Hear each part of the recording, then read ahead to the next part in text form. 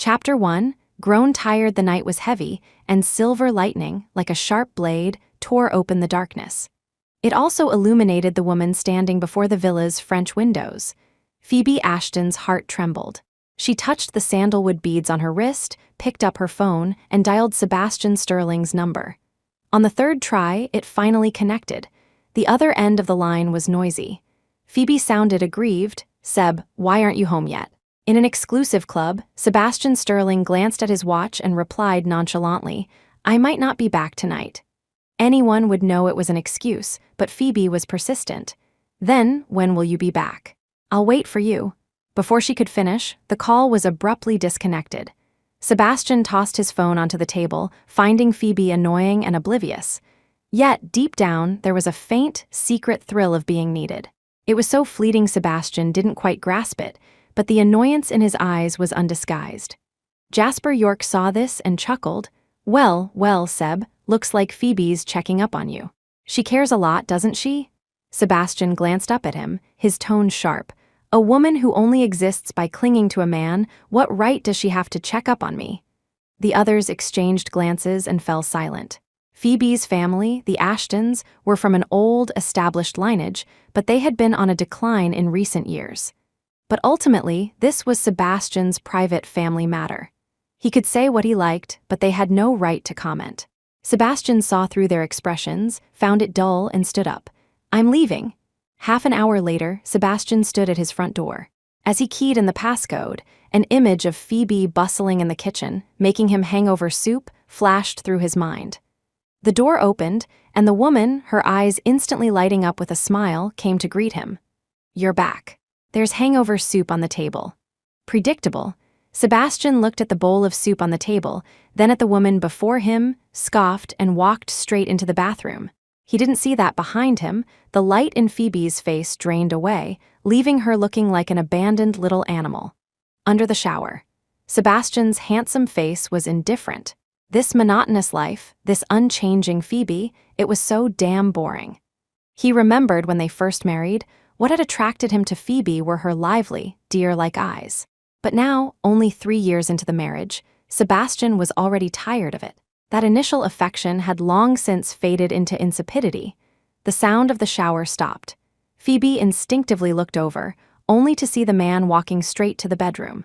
She hurried forward, somewhat at a loss, and said, "Seb, Mom and Dad want us to come over for dinner tomorrow."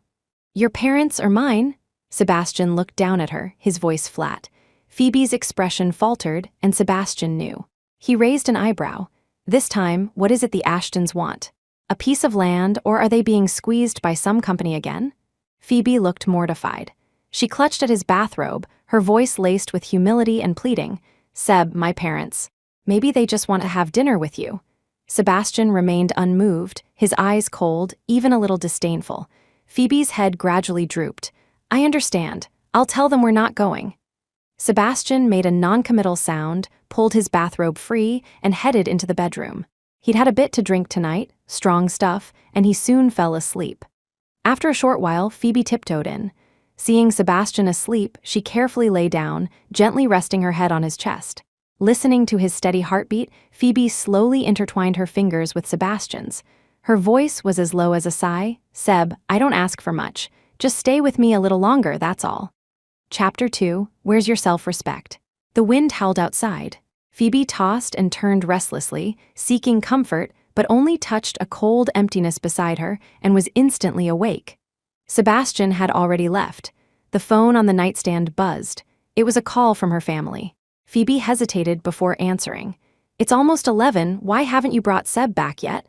Eleanor Ashton's voice was demanding as soon as the call connected. Phoebe said, "Mom," then fell silent, unsure what to say. Eleanor Ashton understood immediately, her tone shifting sharply. "Phoebe Ashton, you can't even handle this simple thing. How did I end up with such a useless thing like you?" Eleanor Ashton berated her and then hung up. Phoebe listlessly put down her phone, watching the screen slowly go dark, a bitter taste on her tongue. She slowly hugged her knees. The warmth in the bed gradually faded. Suddenly, her chest tightened. Her breathing became rapid, but she struggled to draw air into her lungs. Her illness was acting up again. Phoebe clutched her chest with one hand and fumbled for her phone with the other, managing only to press his number, her emergency contact. "Seb, answer the phone, save me." This was Phoebe's only thought. At the office, Sebastian pulled out his phone and glanced at it. Then, he expressionlessly declined the call. These days, he only found Phoebe's dependence on him tiresome. Phoebe watched, wide-eyed, as the call was rejected. For a moment, she couldn't tell which was worse, the pain of suffocation or the stabbing ache in her heart. She didn't know how much time had passed before she suddenly started coughing violently, finally able to draw breath again. She had pulled through once more. After resting in bed for a while, Phoebe struggled to get up, dressed, and took a cab to the hospital. The hospital doctor saw it was her and sighed inwardly. Another episode. Phoebe nodded lightly, her once bright eyes now clouded as if by a haze. She asked, "How much time do I have left?" "Yours is a hereditary illness. There's not much we can do. At most, 3 years, at least." "1 year?" Phoebe was silent for a long time before speaking, her voice hoarse. "Thank you." She walked out, not knowing where to go. She sat on an empty bench by the wall, gazing blankly at the people bustling in the corridor. As she watched, her eyes inexplicably began to burn. So envious? They're sick too, but everyone else seems to have someone with them. If only someone could be with her. Even just a hug would be nice. She sat there numbly for a long time, until dusk fell, before Phoebe finally went home. Night had fallen, the house was empty and cold. She turned on the TV, the lively dialogue at least made the space feel less desolate. The clock struck 12. Worried about Sebastian, Phoebe dialed his number again. "The number you have dialed is unavailable." Call after call went unanswered, making Phoebe increasingly anxious. She called Jasper York and learned Sebastian was drunk, so she hurriedly left the house. Braving the cold winter night wind, she rushed to the address Jasper had given her. Phoebe pushed open the door and entered. A wave of warm air and noisy chatter washed over her. Everyone in the private room looked over, and a hush fell.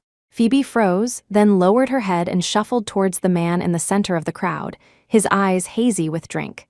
"Seb, I'm here to take you home." Phoebe gently took his hand and spoke softly. Her cold hand made Sebastian look up.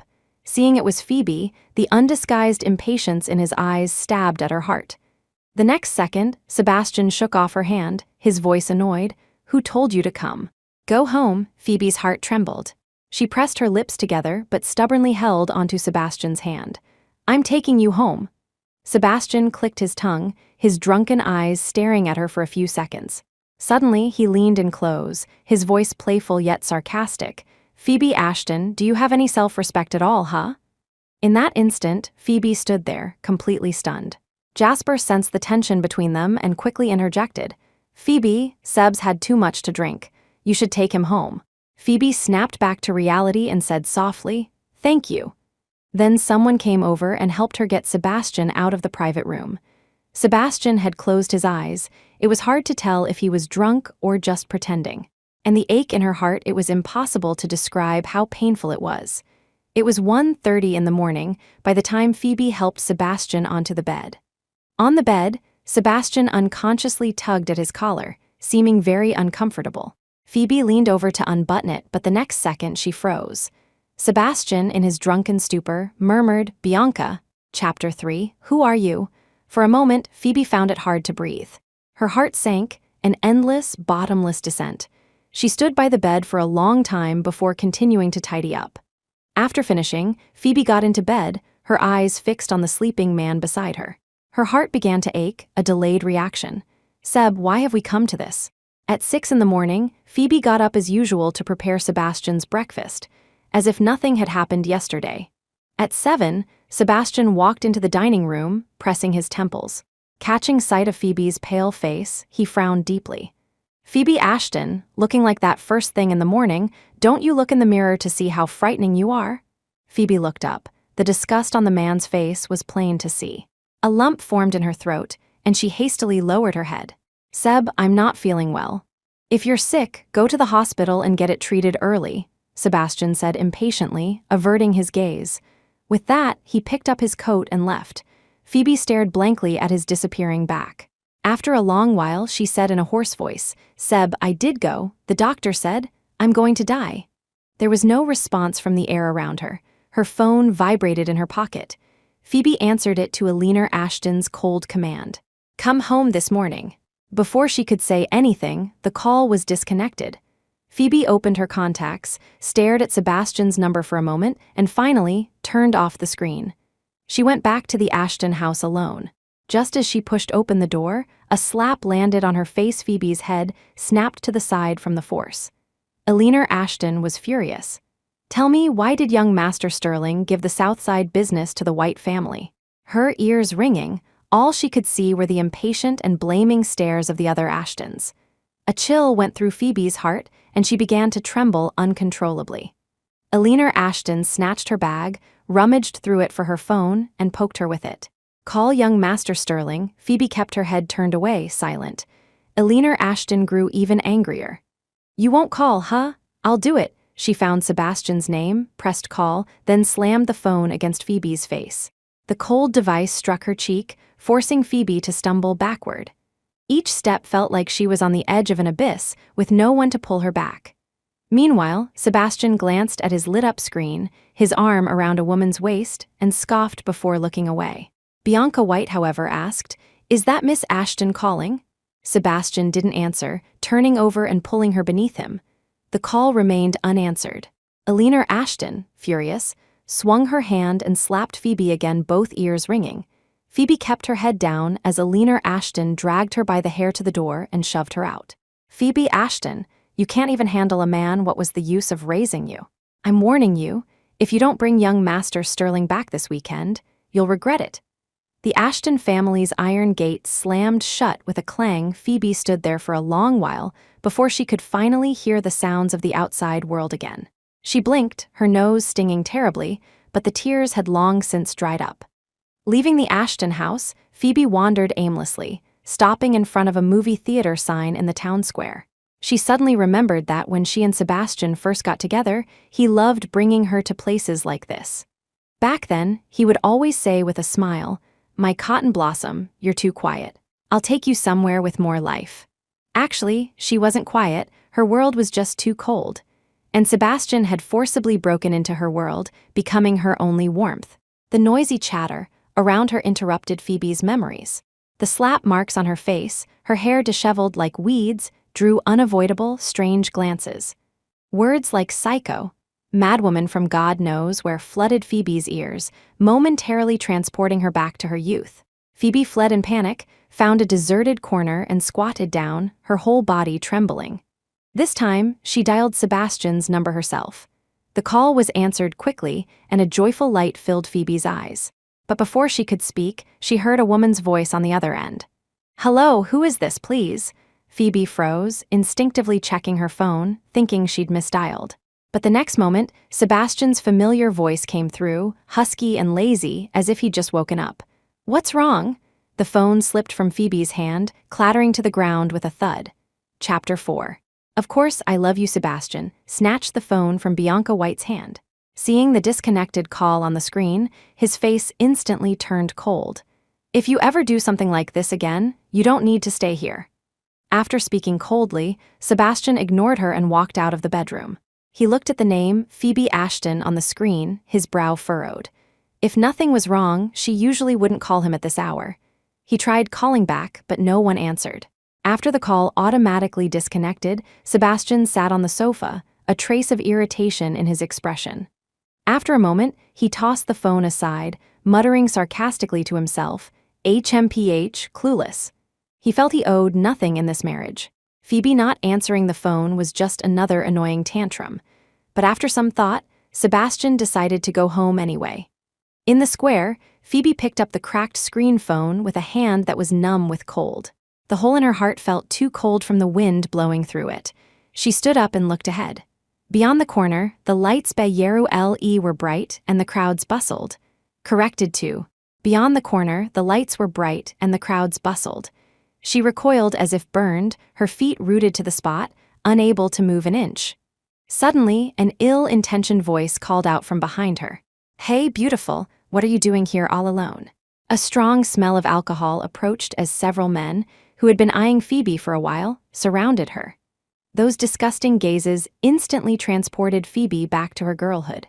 A wire snapped in her mind, and she screamed, "Don't come near me, don't touch me," before the men could react. The woman, who had seemed as timid as a rabbit, bolted as if she'd seen a ghost. Shoving past them and running out, Phoebe rushed onto the street, no longer able to care about the stares of passers-by. Voices echoed crazily in her ears. "Phoebe Ashton, you're just an unwanted psycho, a madwoman. I'm not sick, don't treat me like this." Phoebe muttered to herself, frantically fumbling for her phone to call Sebastian. But the phone was dead.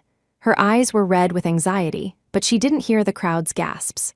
The next moment, Phoebe felt a sharp pain, and then her whole body pitched forward uncontrollably. Then, everything went black. When she woke up again, Phoebe blinked, disoriented by the pungent smell of disinfectant. "Phobes, you're finally awake," Liam Linden said, his voice full of pleasant surprise. Phoebe turned her head, asking slowly, "Liam, what are you doing here?" Liam Linden was her only friend from the countryside where the Ashtons had sent her. But since marrying Sebastian, their contact had dwindled. Liam Linden said, "The hospital couldn't reach your family. Somehow, they ended up calling me." His words made Phoebe's eyes dim. She stared straight at the ceiling, her face a mixture of tears and laughter. After a long while, her gaze fell on her casted right leg, her voice hoarse and empty. "Liam, am I really that terrible? Even when I get into a car accident, nobody cares." "Phobes, you shouldn't be living like this," Liam said, his eyes filled with pain. "If you're willing, I'll take you away." Just then, the door was suddenly pushed open. Sebastian's cold voice cut in, "She's not going anywhere without my permission." Liam Linden didn't back down, retorting sarcastically, "President Sterling, are you done with your business? Finally remembered you have a wife? Liam, don't say any more. You should go home first." Phoebe tugged at his sleeve, speaking urgently. Liam Linden pressed his lips together but ultimately said nothing and left. Only the couple remained in the hospital room. Phoebe looked at Sebastian, suddenly unsure what to say. Sebastian, however, walked closer, tossed a phone in front of her, and accused her. "Look at what you did last night, running around like a madwoman, getting photographed and posted online. Do you know how much damage you've caused the company?" His words were like knives, piercing Phoebe's hopeful heart into 1,000 pieces. She looked at Sebastian in disbelief, only managing to speak after a long pause. "Seb, did you come here just to ask me this?" Sebastian finally noticed Phoebe's deathly pale face, a flicker of guilt in his eyes.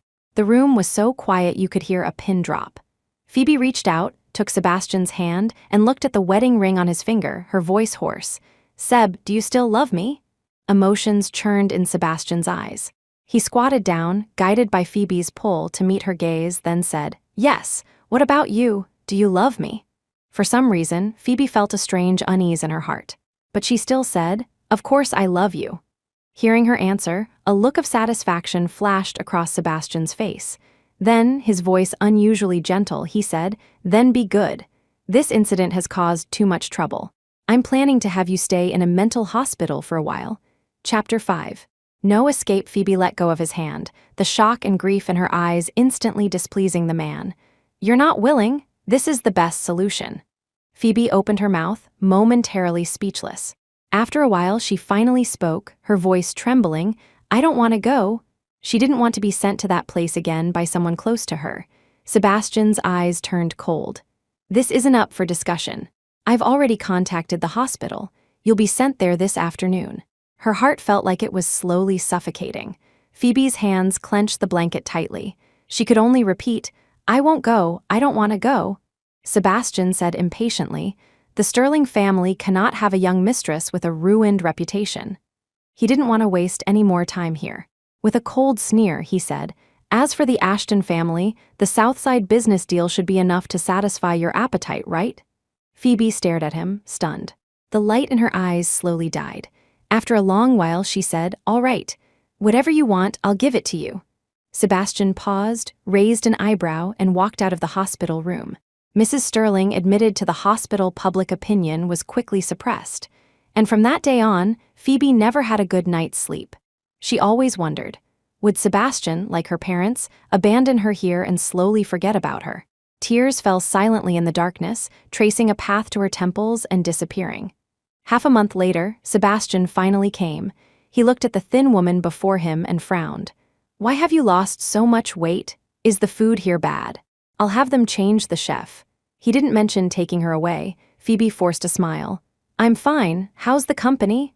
Actually, there was no need to ask. Sebastian's relaxed demeanor said it all. Phoebe just realized that, apart from these things, she had nothing else to ask her husband. Sebastian nodded. It's pretty much back on track. Phoebe looked at him and suddenly asked, I remember you took me to a beach last year. I wonder if we can go again this year. Sebastian looked down, saw the anticipation flickering in Phoebe's eyes, and his heart suddenly softened. He leaned down slightly. I'll have some free time in the second half of the year. I'll take you. Phoebe nodded, a genuine smile gracing her eyes. A little while later, Sebastian took a call and left in a hurry. Phoebe was alone again in the silence. She lay down, slowly feeling a little sleepy. But an uninvited guest arrived unexpectedly. A woman in the latest Burberry trench coat, with exquisite makeup, pushed open the door, her voice preceding her. My name is Bianca White. You should know who I am. Bianca White scrutinized the woman on the bed with a critical and jealous gaze. Sebastian was always a man of his word, yet for this woman, he had taken back what the White family had already obtained. Phoebe froze. The woman before her was clearly the famous actress, the eldest daughter of the White family, Bianca White. Bianca, so this was the Bianca, her body tensed instinctively. What are you doing here? Bianca's tone was mocking. Seb always said you were boring and annoying. Looking at you now, it's true. Phoebe felt a chill. Her fingers, hidden under the blanket, began to tremble unconsciously. She feigned calmness. Miss White, no matter what, I am the rightful Mrs. Sterling. Bianca laughed. Did you know? I'm pregnant. Phoebe's pupils contracted sharply. Do you think Seb let you in here just as a temporary measure? Let me tell you, you'll never get out of here in this lifetime. The lights in the hospital went out, but that sentence still echoed in Phoebe's mind. In the middle of the night, she got out of bed and quietly walked out of the room, but she hadn't gone far before a nurse spotted her. Miss Ashton, please return to your room. I'm not sick. I want to go out. Phoebe clutched the corner of her clothes, her body tense, but such words were common here. The nurses exchanged glances, surrounded Phoebe, and while verbally coaxing her, forcibly grabbed her. Phoebe struggled but was still dragged back to her room, unable to resist. The emotions accumulated over many days completely snapped the string of sanity in her mind. Sebastian was jolted awake by the harsh ringing of his phone. The asylum doctor's voice was panicked. President Sterling, please come over. Mrs. Sterling? She seems to have really gone mad. When Sebastian saw Phoebe tied to the hospital bed, his temples began to throb. The world in Phoebe's eyes had turned black and white, and Sebastian's appearance was the only color. She widened her eyes, her bound hands reaching out to him desperately, her voice broken and hoarse. Seb, save me, Seb. Sebastian walked over, his face dark, and forcefully held down the struggling woman on the bed. His voice was harsh. Phoebe Ashton, can you stop pretending? You've only been here a few days, and you're already putting on such a show. Her heart was a tangled mess, but Phoebe was so frightened she tried to clutch Sebastian's hand with her fingers, pleading, Seb, don't leave me here. Save me, don't abandon me. Sebastian took a deep breath, forcibly pried her hand away, stood up straight, and said to the doctor, give her medication. I don't care if she's really mad or faking it, but she's not to set foot out of this room. The asylum doctor was prepared and approached with a tranquilizer. Seeing the cold glint of the needle, Phoebe let out a piercing scream. No one would believe that she, in this state, wasn't mentally ill. In her panic, she found Sebastian's figure, only to see the man avert his eyes with disgust and turn to walk out. That door, in her bloodshot eyes, closed completely. Chapter 6. The press conference. The moment the medication was injected into her body, Phoebe's eyelids grew heavy and closed. In the last moment before losing consciousness, she thought with a heart full of bitterness. Seb, you said you would always protect me. Phoebe fell asleep, and then she dreamed of Sebastian. It was the Sebastian of his youth. 17 years old, the spirited young master of the Sterling family, experiencing life in the countryside, while 16-year-old Phoebe had just lost her grandmother, her only support. Beautiful and alone. Greedy eyes lingered on her slender figure. Finally, she was tricked into a small alley. Just as she was about to despair, almost ready to take them down with her, a clear male voice rang out, What are you doing? A beam of light pierced her dark world. The heroic young master of the Sterling family was swarmed and beaten up by the delinquents, but even so, he kept protecting the barely clothed girl. Later, Sebastian was to return to the city. The boy, his face still bruised, raised a brilliant smile and placed a protective amulet in Phoebe's hand. "Phoebe, this is for you. It will protect you just like I will." Phoebe's eyes snapped open. The hospital room was cold and silent. In the darkness, she lay with her eyes open for a long time before realizing this was reality. She turned over with difficulty, tightly clutching the small protective amulet from under her pillow. After a long while, a tear escaped from the corner of her eye. She wanted to ask Sebastian, "Why did you abandon me?" Meanwhile, in the Sterling Corporation's presidential office, Sebastian looked at Bianca White, his voice grave. "What did you say?" "Darling, I'm pregnant. If we don't get married soon, I won't be able to hide it," Bianca White said coyly. Sebastian's heart stirred, but the image that came to mind was Phoebe's. After a long pause, he finally said, "I understand. You can go back." Bianca White got into her car, a shadow crossing her eyes. Sebastian hadn't mentioned marriage at all. Could it be that woman from the Ashton family was so hard for him to let go of? Thinking this, Bianca White dialed her agent's number and said coldly, "Contact the gossip bloggers." In his office, Sebastian flipped through reports, an inexplicable unease settling in his heart. 2 days later, public opinion fermented. The headlines of major media outlets were all Sterling Corporation's CEO cheats with actress. Sebastian looked at the continuously falling stock market, his face so dark it looked like water might drip from it. His secretary, Arthur Finch, spoke up beside him. "President Sterling, the only way now is for Mrs. Sterling to make a sacrifice. As long as she comes forward to clarify that you two divorced long ago, the public opinion will dissipate." Sebastian thought of Phoebe's eyes, filled with sorrow, and his heart suddenly became terribly agitated. He waved his hand. "Let the PR department handle it first." Another 2 days passed, and Sebastian finally appeared in the hospital room. When Phoebe saw him, her eyes showed the same smile as always, gentle and serene.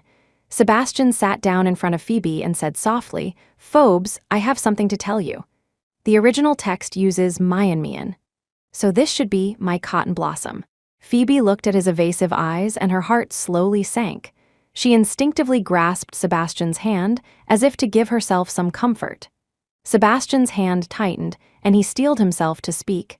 "Bianca White is pregnant. I need you to tell the public that we divorced long ago."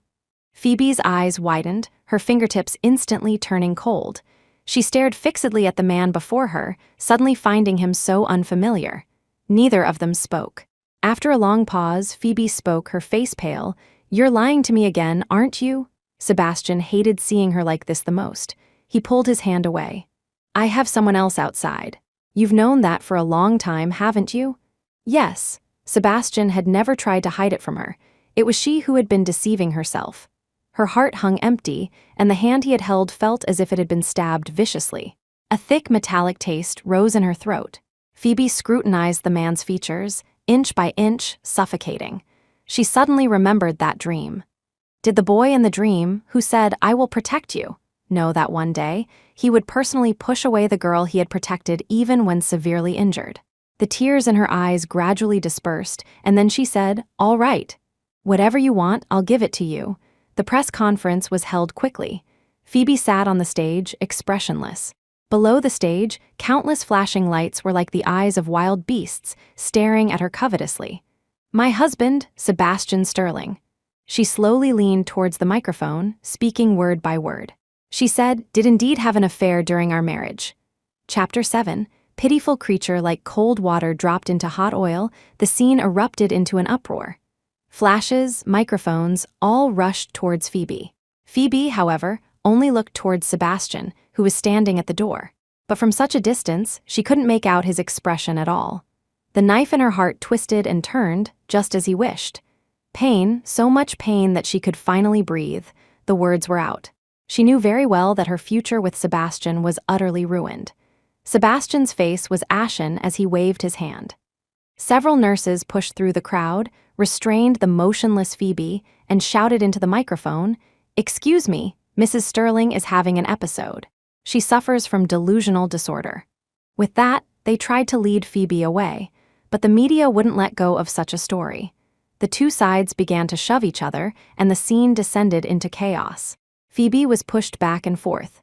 She covered her head, but somehow a sharp pain shot through her abdomen. "Stop, she's bleeding," someone in the crowd shouted. Sebastian's expression changed. He pushed through the people and saw Phoebe collapsed on the ground, her trouser leg stained red with blood. Outside the emergency room, Sebastian listened to the doctor's words, his face grim. Phoebe was pregnant. Phoebe woke up the next day. The familiar hospital room was empty. From outside the door came Sebastian's cold, clear voice. "Prepare for surgery. I will not have the child of a psycho." Phoebe's heart leaped violently. She looked at her stomach. The flat abdomen no longer throbbed with pain, yet she felt as if she could sense another tiny heartbeat. Weakly, she turned and got out of bed, stumbling as she pulled open the door. Sebastian turned his head, and their eyes met. Phoebe licked her dry lips and said hoarsely, "Sebastian Sterling, I'm not sick." But the way Sebastian looked at her sent a chill down her spine. She heard him sneer, "Phoebe Ashton, still trying to fool me. Weren't you released from a mental hospital 10 years ago?" In an instant, Phoebe's mind went blank. That past she most wanted him to never know about had been discovered. Her whole body began to tremble uncontrollably. Sebastian, however, turned his eyes away, unwilling to look at her any longer. He waved his hand dismissively at a nurse and ordered, "Since she's awake, prepare for surgery immediately." Phoebe snapped back to her senses. Before she could take 2 steps to run, she was grabbed and pushed towards the operating room. Phoebe struggled, looking at Sebastian, tears finally streaming down her face. She reached out, trying to grasp her only hope, but only broken pleas escaped her throat. "I was framed, I'm not sick, I'm really not. Seb, save me, Seb, save me." Sebastian finally glanced at her, but his face was full of impatience. He waved his hand at the nurse. A tranquilizer was injected into Phoebe's body. The operating room door slowly closed. She kept her eyes open, looking in the man's direction, watching his figure completely disappear. The world plunged into darkness. Phoebe thought she saw her grandmother's face, faintly appearing and then vanishing. Then it was Sebastian, the 17-year-old Sebastian. He had his back to her, walking away without a backward glance. Too desperate, too sad. "Sebastian, why is the despair in my life delivered by your own hand?" When she woke again, the room was dark and silent, with only a faint light seeping through the crack in the door. The hushed gossip of the young nurses on duty outside the door was infinitely amplified in the silence. "That Mrs. Sterling in 306 is so pitiful. Her baby was forcibly taken away. I always feel like she's not mad." "Don't talk nonsense. Her husband, President Sterling, said she's sick."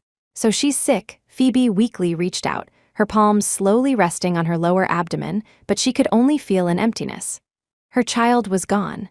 A bone-chilling cold seeped from her palm, pervading her entire body. Phoebe should have cried, but even her tears had dried up. She found it hard to breathe. She turned to look out the window. It was pitch black, no stars, no moonlight. She got up, haphazardly pulling out the IV needle from the back of her hand. Blood oozed out, but she felt nothing. She pushed open the window. The cold wind from outside pierced through her chest. She stood there for a while.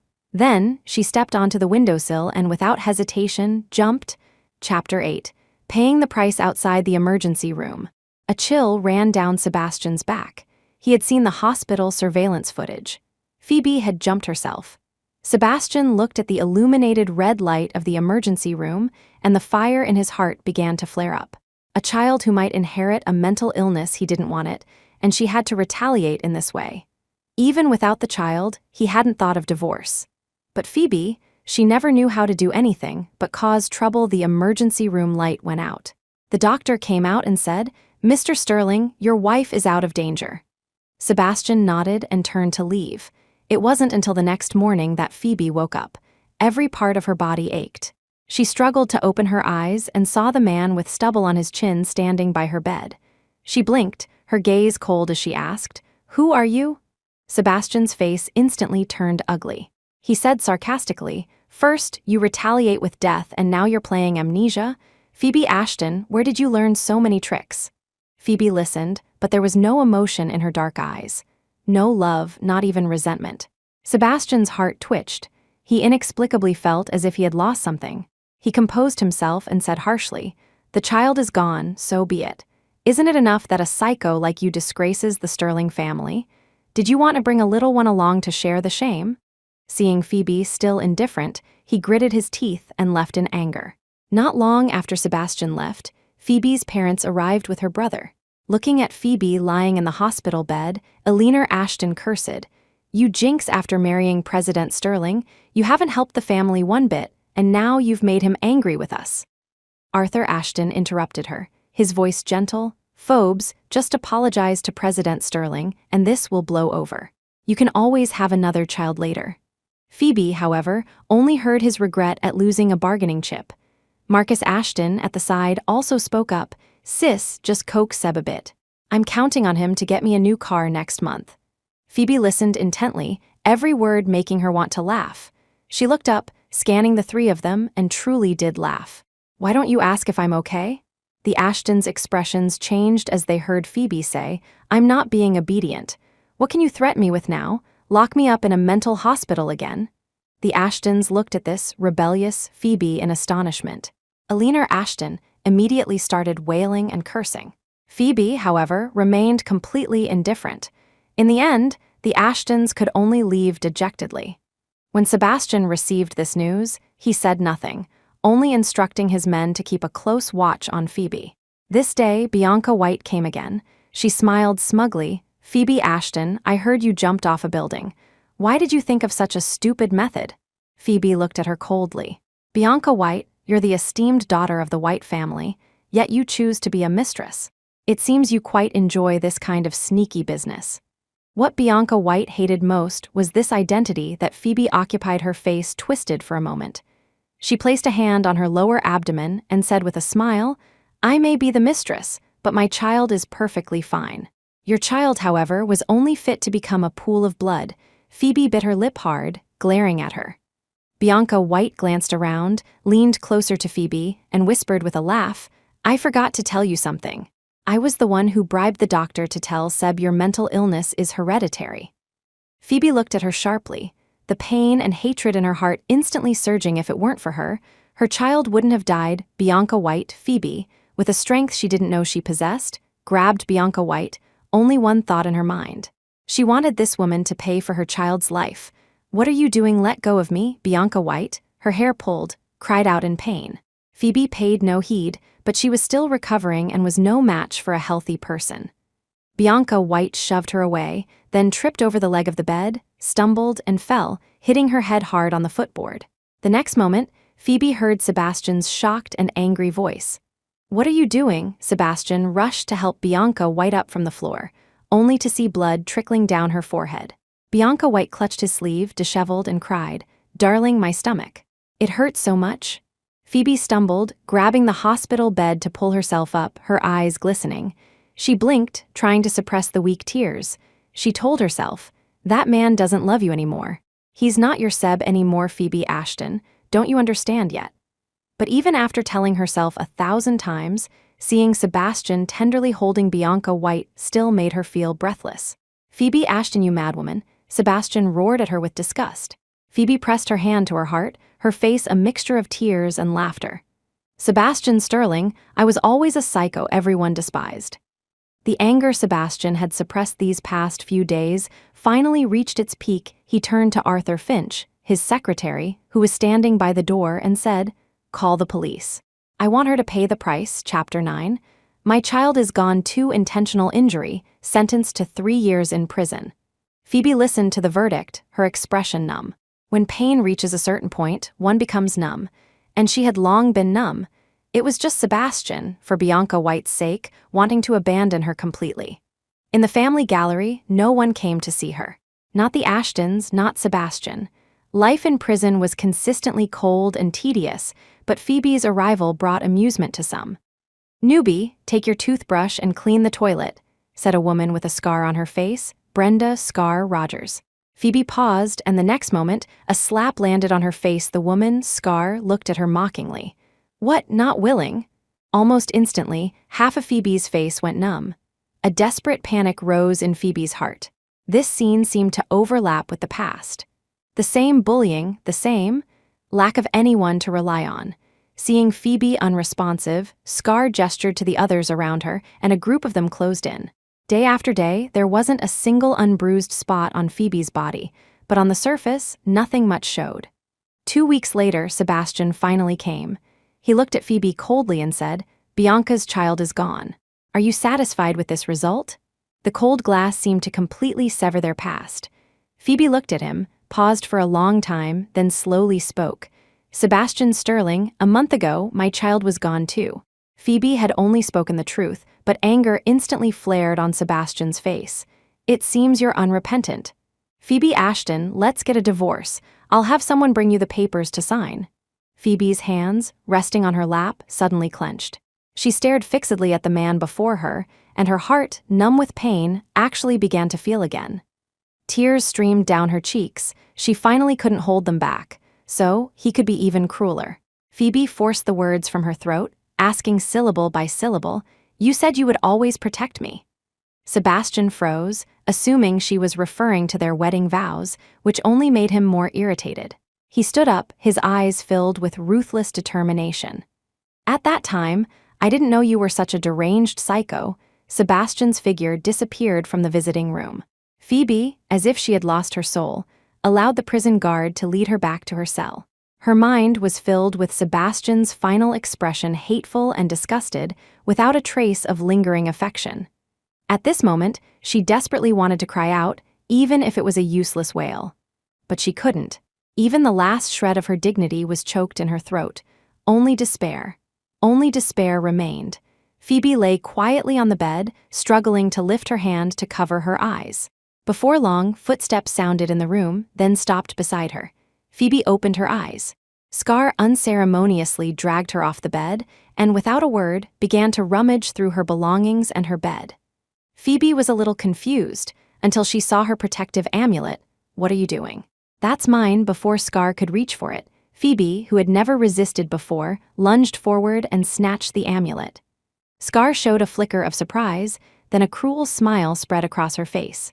The next moment, Scar yanked her over, and Phoebe's head slammed hard against the metal bed frame. Pain, accompanied by dizziness, made Phoebe momentarily dazed. Then her hand was empty. The protective amulet she treasured so much was in someone else's hands. Chapter 10, it was her. "Give it back to me." Phoebe could barely stand, yet her gaze remained fixed on the protective amulet.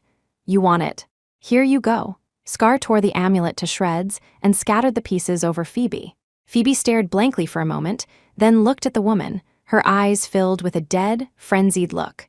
No one had expected that the frail, bullied woman would erupt with such strength. Phoebe tackled Scar onto the bed, her hands gripping Scar's neck tightly, gritting her teeth, refusing to let go no matter who pulled at her. "You destroyed it. How could you destroy it?" Over and over, Phoebe repeated only this sentence. This was the only thing her Seb had left her. In the struggle, someone spoke up. "Didn't they say as long as she divorces him, it's fine? Didn't President Sterling say that if one party dies, that's also acceptable?" Time seemed to freeze at that moment. Phoebe turned to look at the group of people, her expression completely vacant. Phoebe's grip loosened, and she was thrown to the ground. Scar took several deep breaths and then stomped on Phoebe's body mercilessly a few times. Phoebe's body trembled a few times, but she seemed oblivious. She murmured softly, "Sebastian Sterling, are you that impatient?" The bullying these past few days, tonight's incident, so it was all Sebastian's doing. He wanted her to regret. He wanted her to admit her mistakes. He wanted her to regret ever meeting him in this life. Phoebe slowly stood up and said only one sentence, "Tell him as he wishes." Then she turned, and with an indescribable aura, charged violently towards the heavy iron door. A dull thud echoed in the room. Phoebe's body slumped softly to the ground. In the darkness, a bloody flower bloomed on the smooth iron door.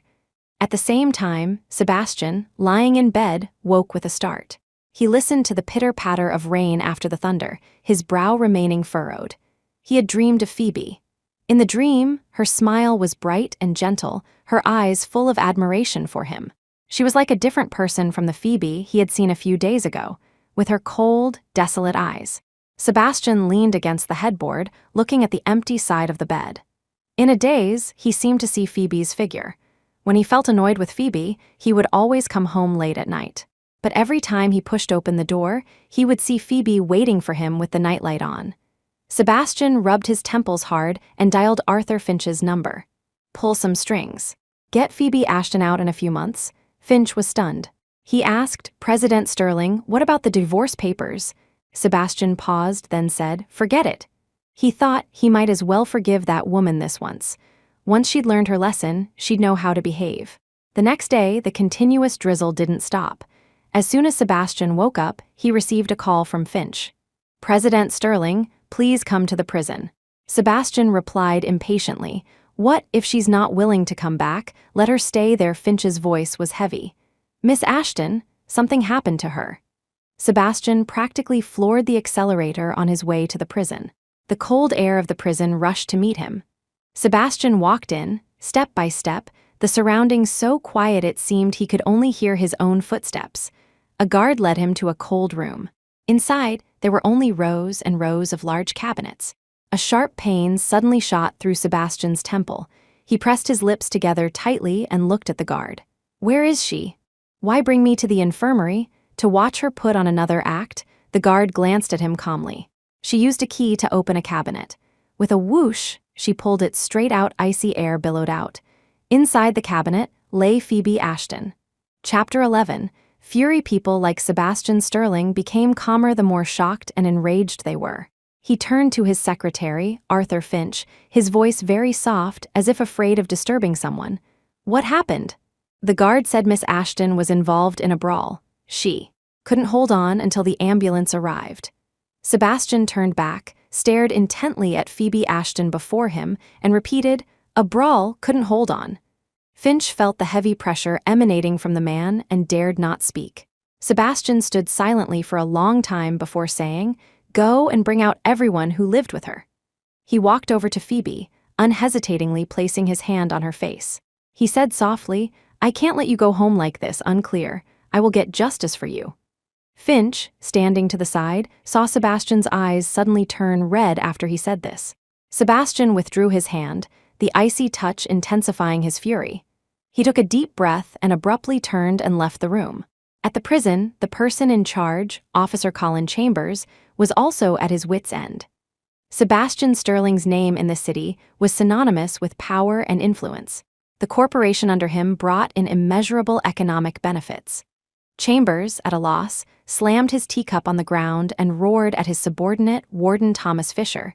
Mrs. Sterling was bullied in prison, and you didn't say anything now. With this situation, what are you going to do? What am I going to do? Fisher lowered his head, his lips moving, but he couldn't utter a word for a long time. He felt innocent too. Who would have known that the esteemed Mrs. Sterling would end up in prison? Even less did anyone expect that he, by merely pocketing some money and concealing what he thought was a trivial matter, would cause such consequences. But facing his superior's murderous gaze, he dared not remain silent. He mentally rehearsed his words several times before cautiously saying, actually, this matter can't be entirely blamed on us. Perhaps we could push out those who lived with Mrs. Sterling. Before he could finish, another folder was thrown at him. Chambers frowned, his voice cold. Do you think Mr. Sterling's anger can be appeased so easily? That was a human life. His living wife is gone just like that. Do you think he won't pursue this to the end? Chambers cursed fiercely, but he also knew in his heart that he couldn't escape blame for this incident. But the current situation left him no room for maneuver.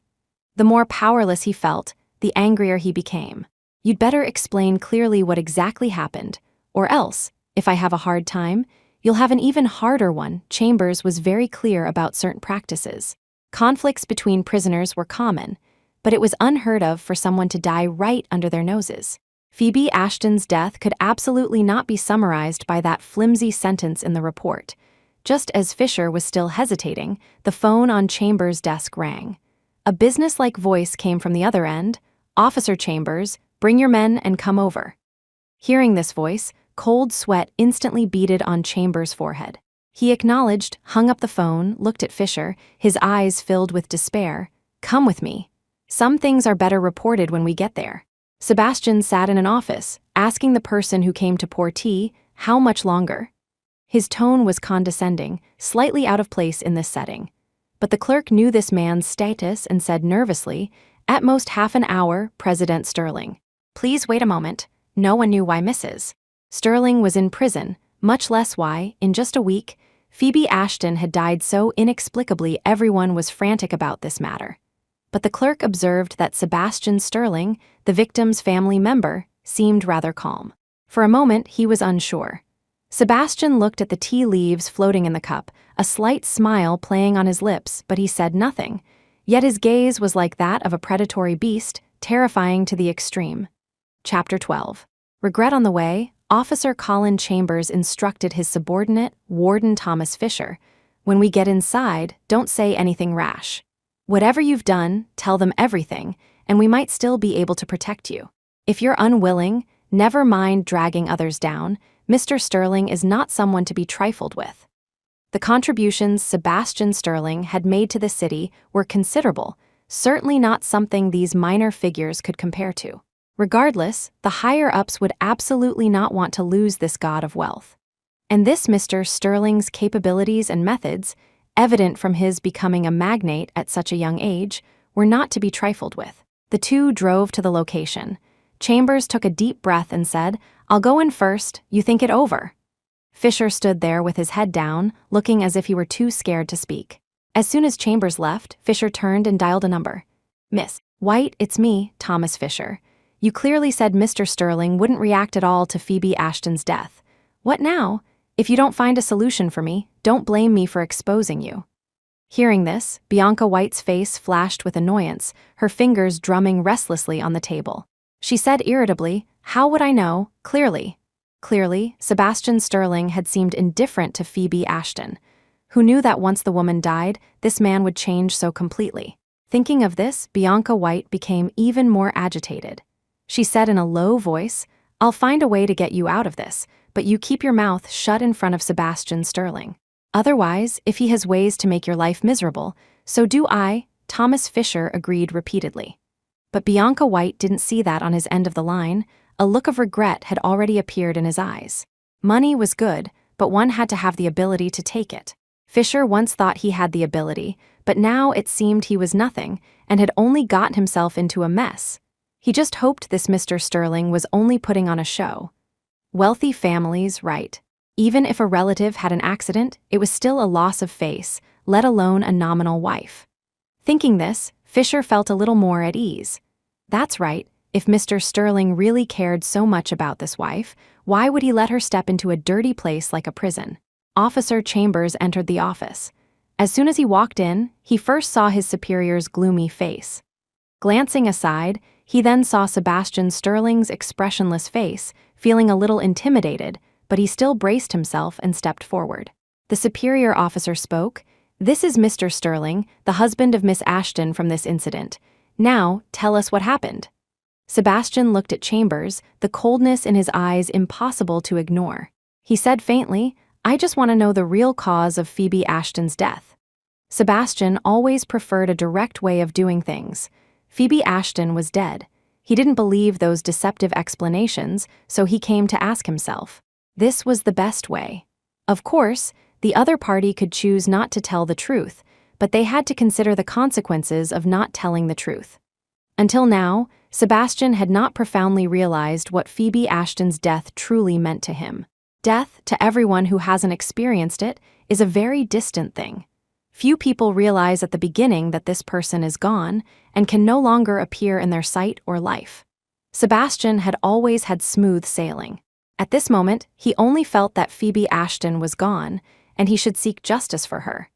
But in the days to come, he would deeply understand the meaning of someone no longer being by his side. Chambers had already prepared his statement in his mind. He now said, "Mr. Sterling, I am undeniably responsible for Mrs. Sterling's death. But as for what exactly happened, I think it's better to let someone closer to Mrs. Sterling explain. What do you think?"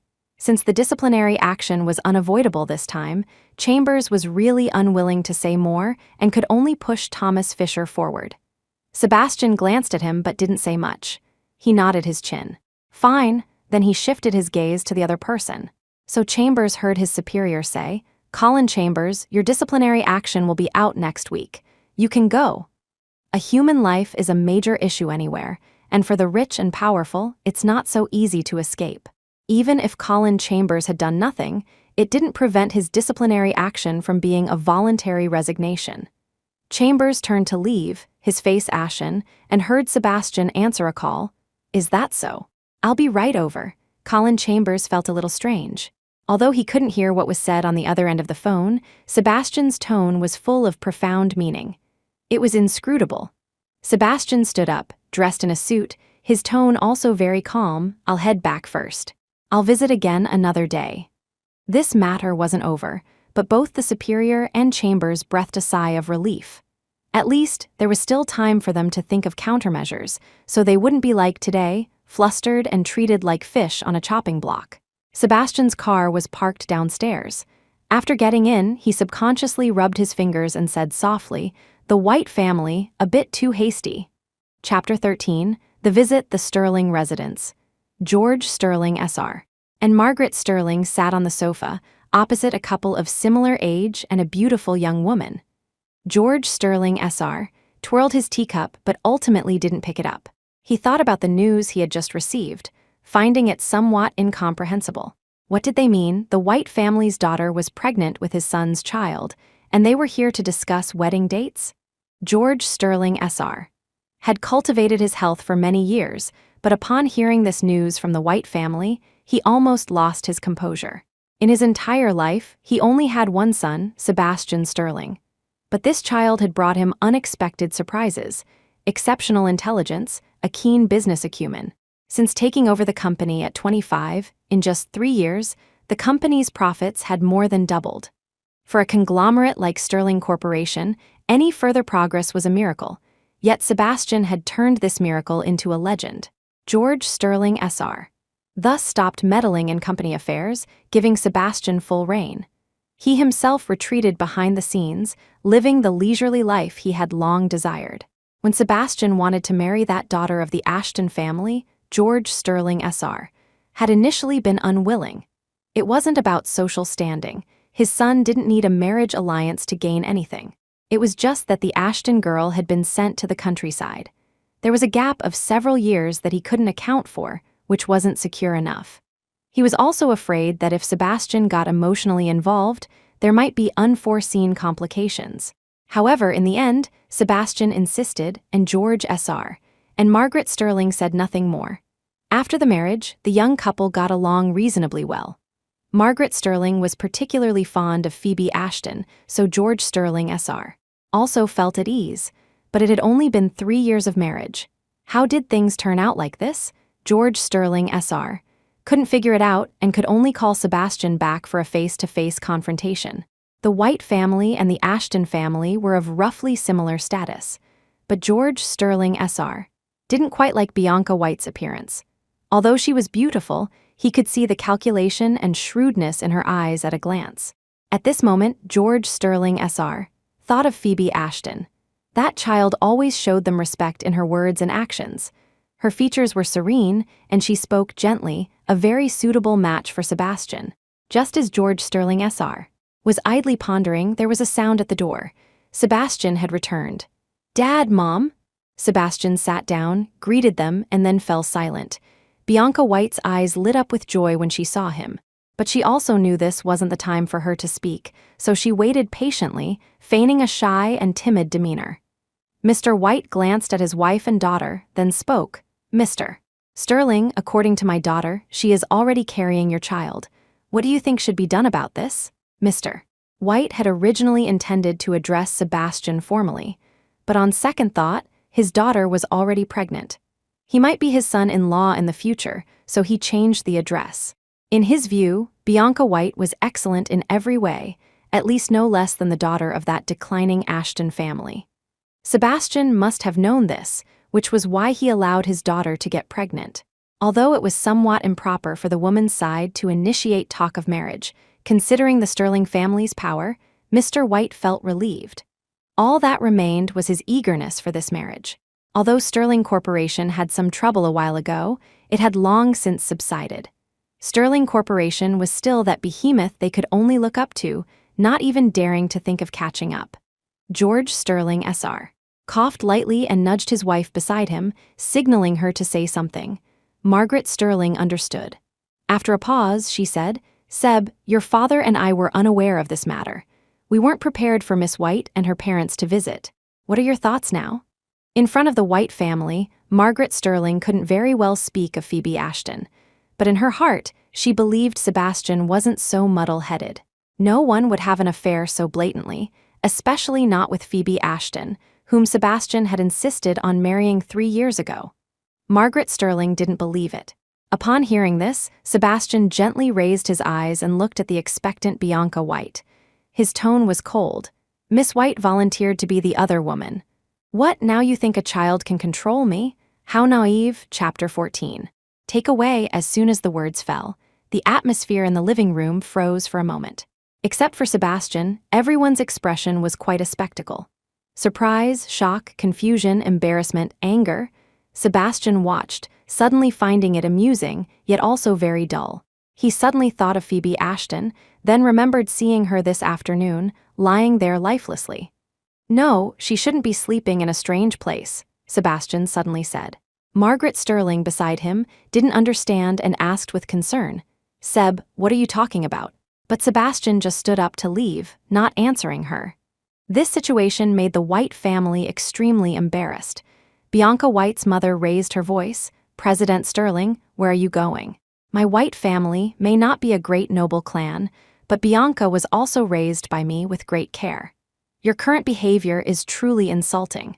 Is the Sterling family just going to ignore my innocent daughter like this?" Mr. White said nothing. Mrs. White's words were what he wanted to say. George Sterling SR and Margaret Sterling didn't know how to answer. Sebastian's current age and achievements meant they couldn't make decisions for him, and their trust in their son, built over so many years, was gradually dissipating under the blow of reality. For a moment, neither of them knew what expression to wear. However, George Sterling SR and Margaret Sterling were both well-mannered people. Margaret Sterling spoke first. "Seb, if what Miss White says is true, then you must handle it properly. You made a mistake, how can you just walk away?" Sebastian seemed not to hear. All he wanted now was to take Phoebe Ashton home. He turned, his face full of ferocity. "Bianca White, take your parents and go home. I don't want this to happen again. Otherwise, I don't mind making the White family disappear from Seacliff City." A chill ran through Bianca White. She was used to seeing Sebastian's coldness towards Phoebe Ashton. At that time, she felt delight and satisfaction, but she never thought that one day, this coldness would be directed at her. She had heard what Sebastian said. With a little thought, she knew who he was talking about. Bianca White clutched her mother's hand and stood up. Looking at Sebastian's back as he was about to reach the door, she suddenly shouted, "Seb, I know my actions today have made you dissatisfied with me, but Phoebe Ashton is clearly dead. Why do you still refuse me?" Sebastian stopped.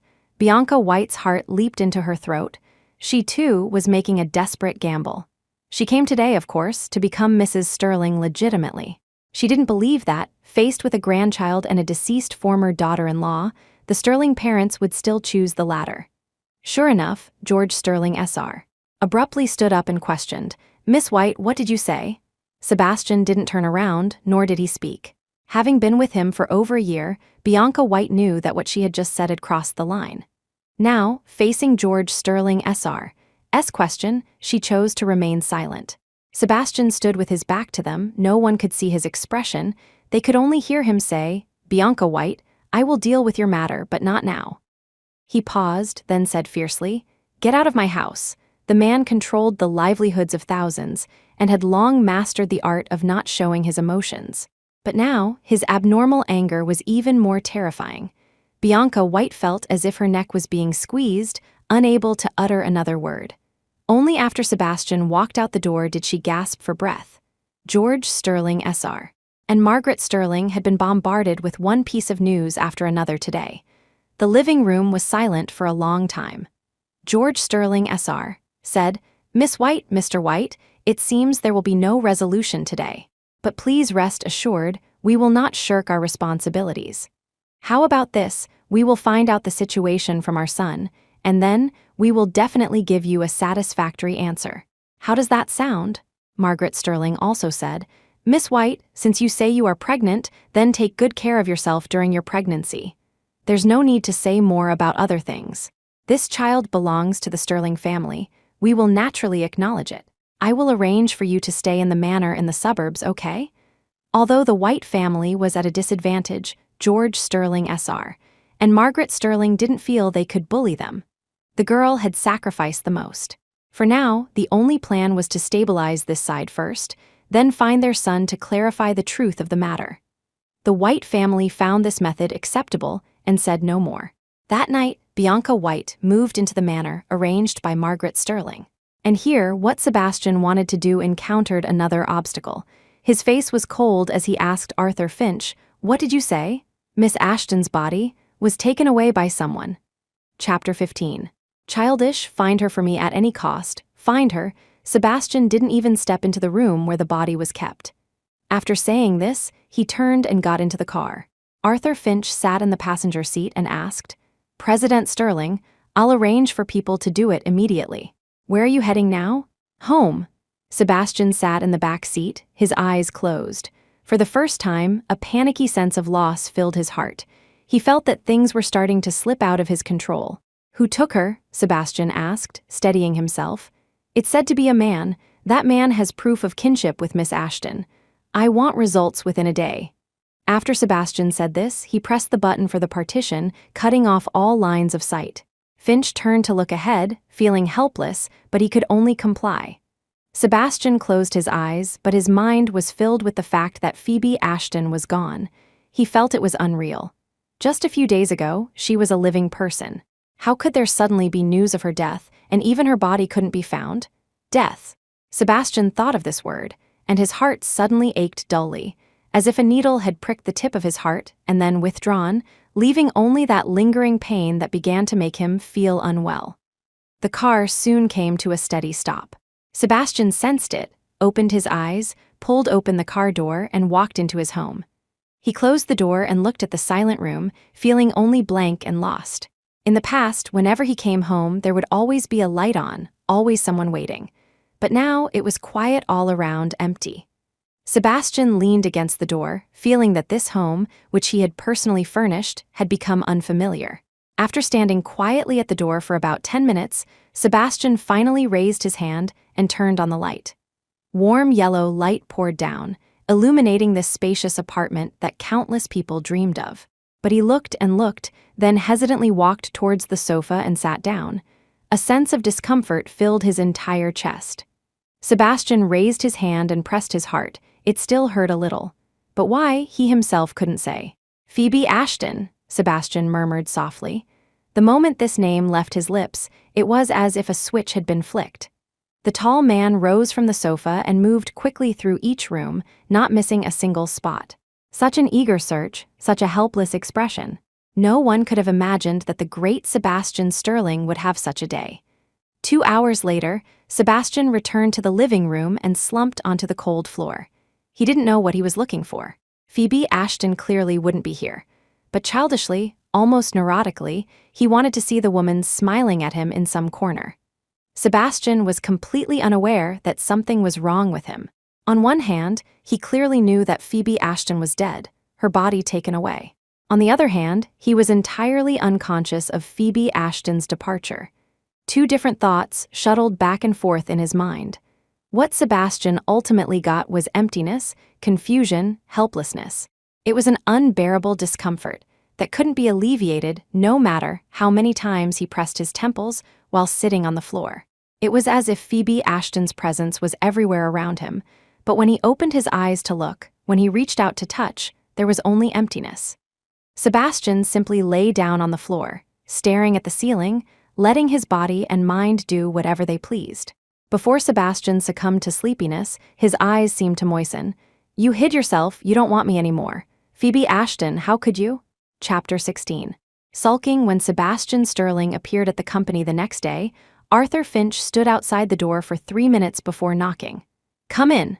The man's low voice came from inside the office.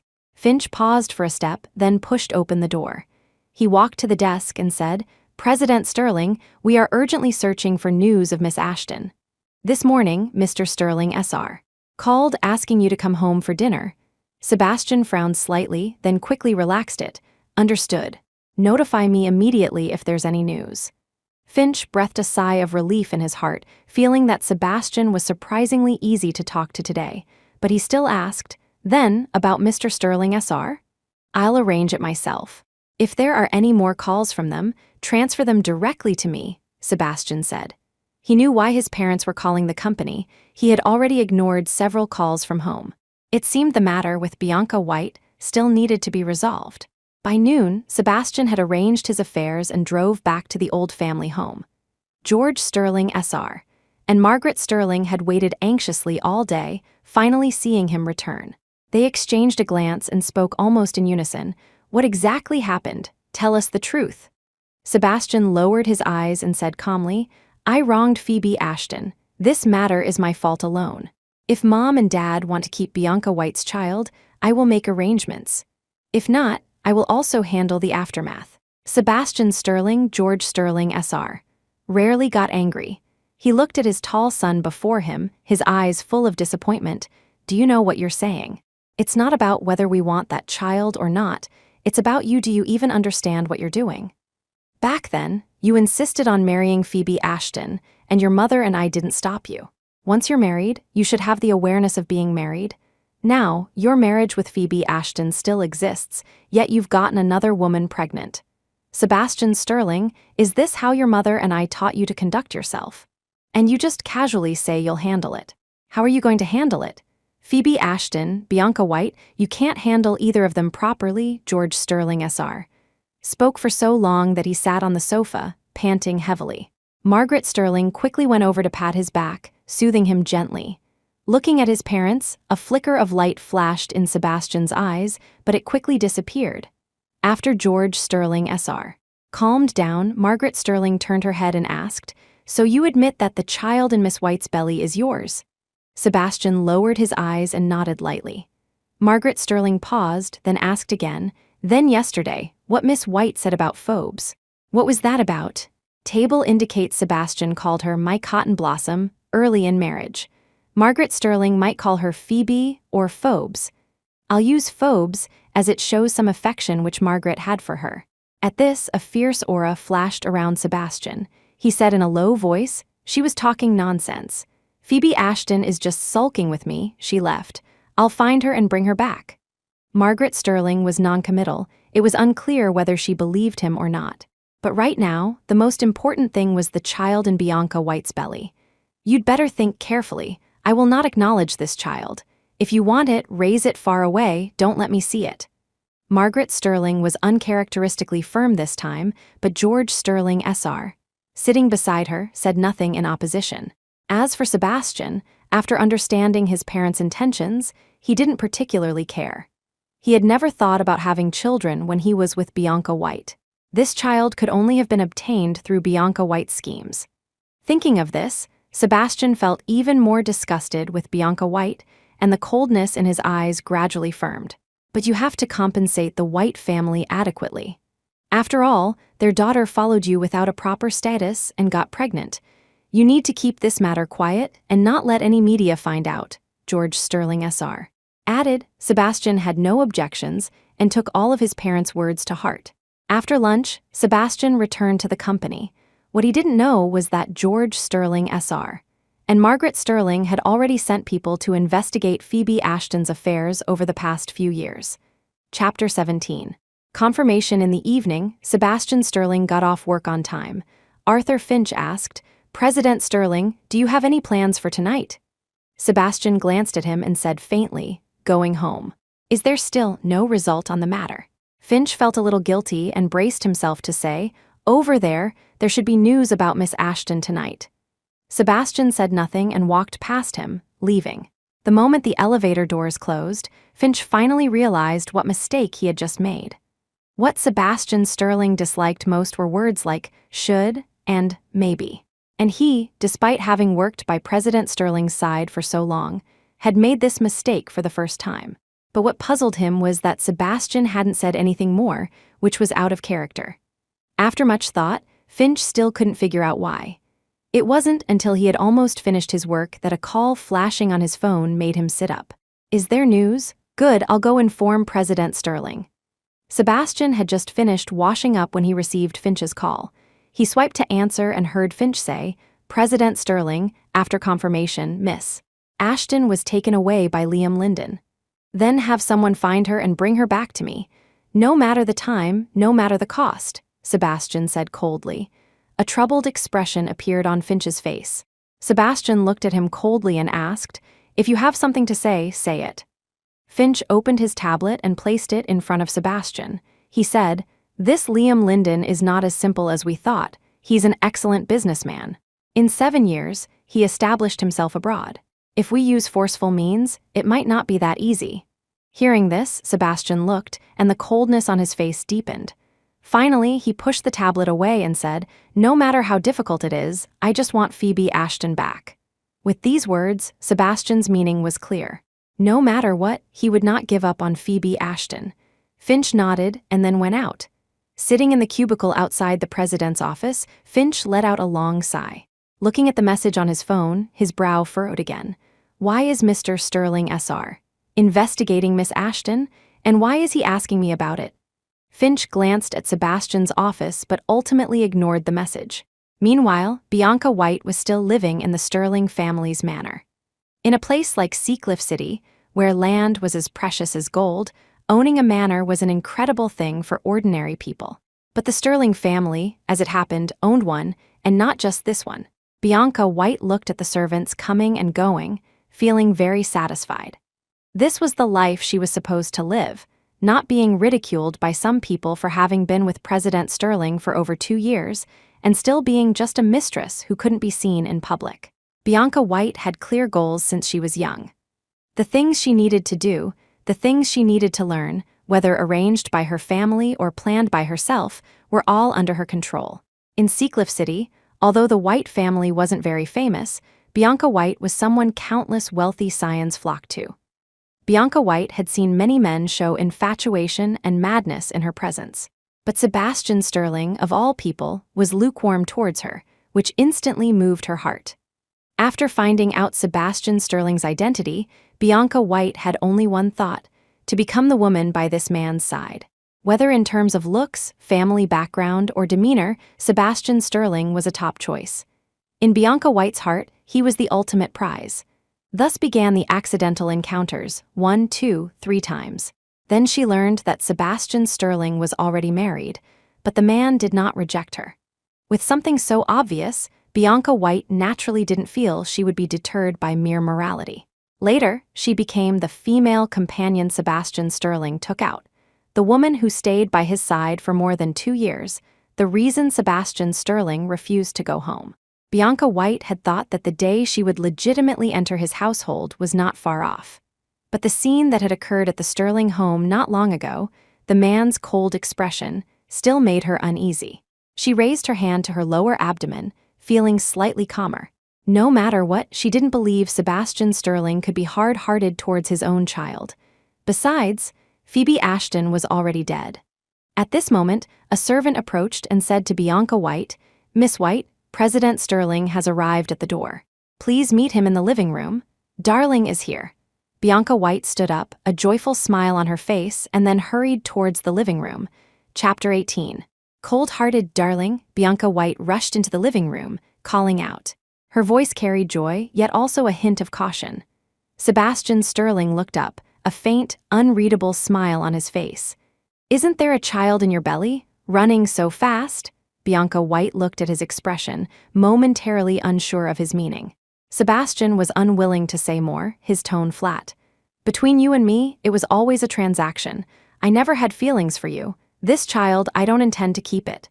Bianca White's face changed instantly. Feeling the gazes of the servants in the living room, her face grew even paler.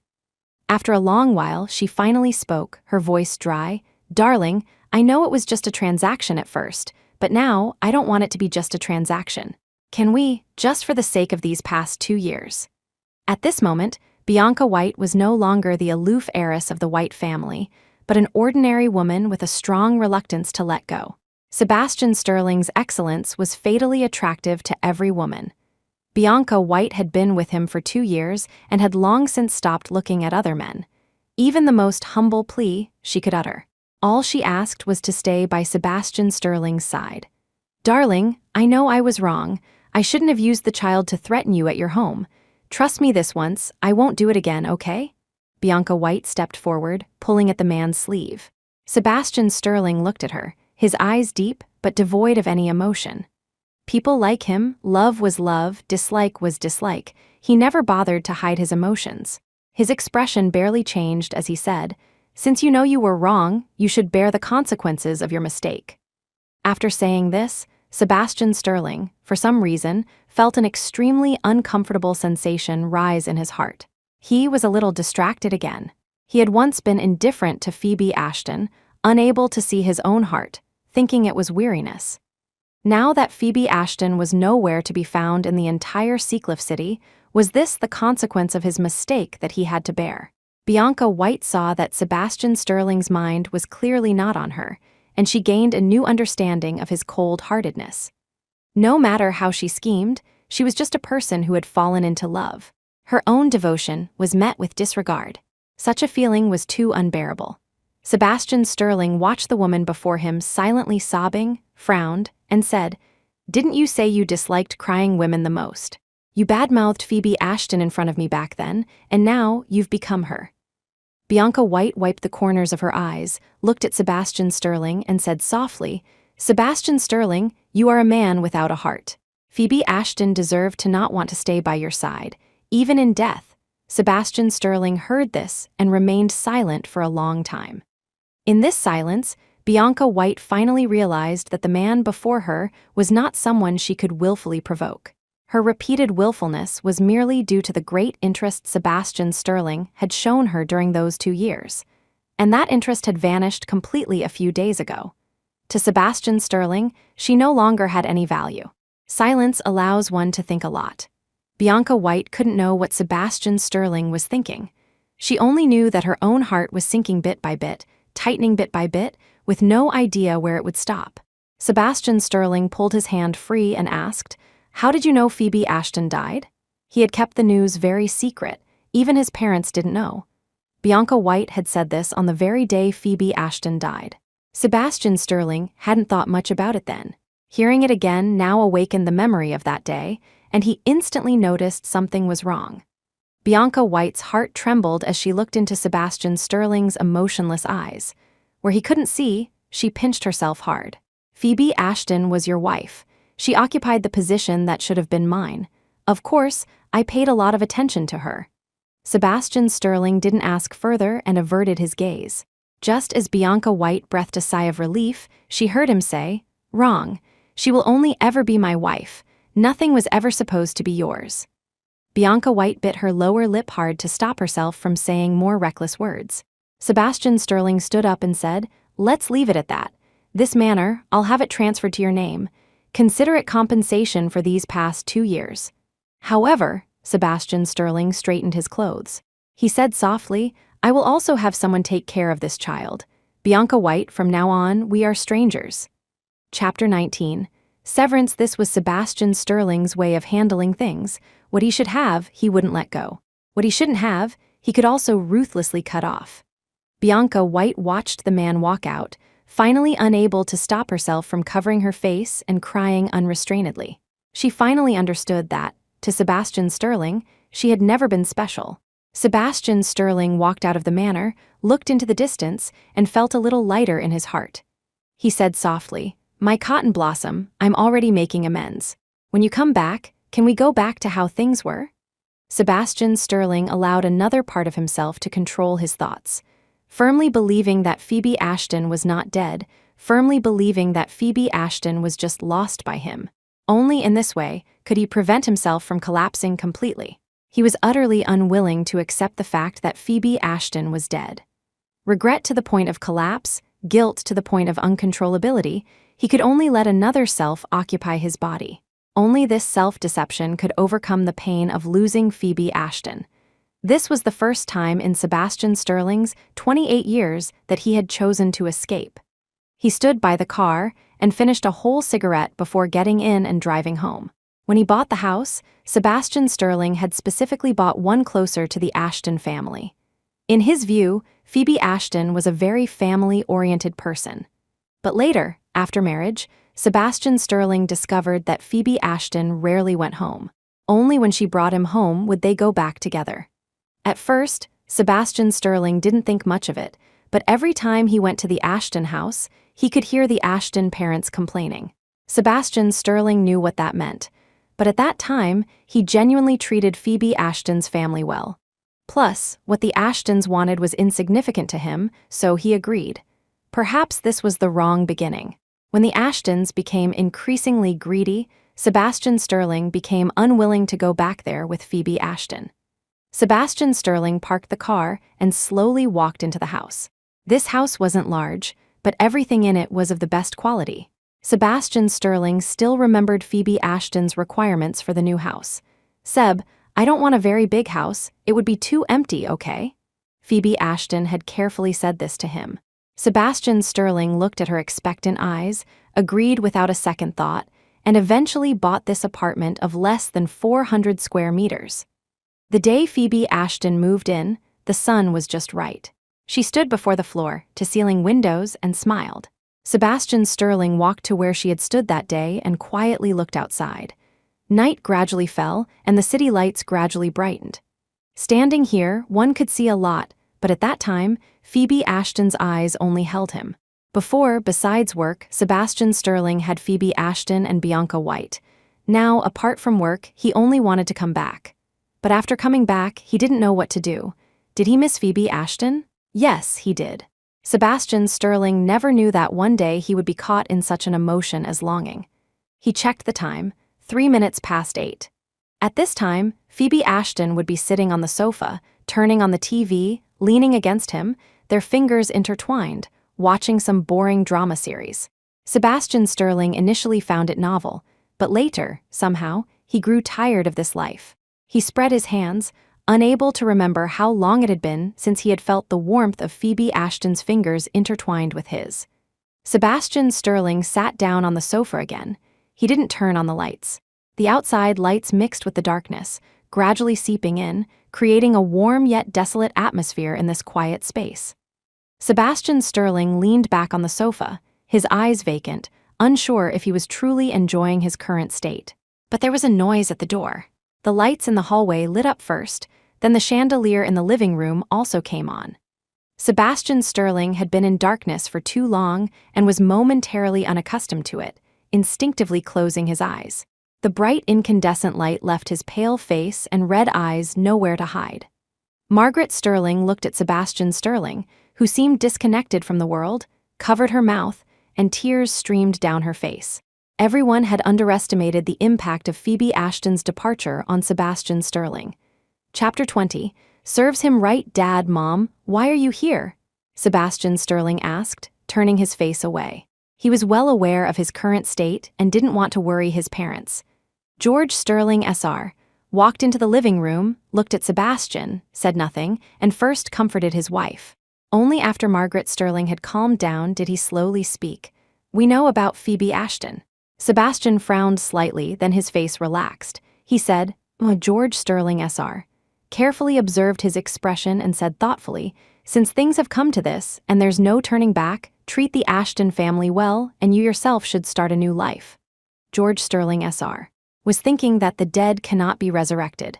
But Sebastian suddenly spoke coldly. "What are you talking about? I don't understand. Phoebe Ashton just temporarily ran away from home. I'll find her and bring her back."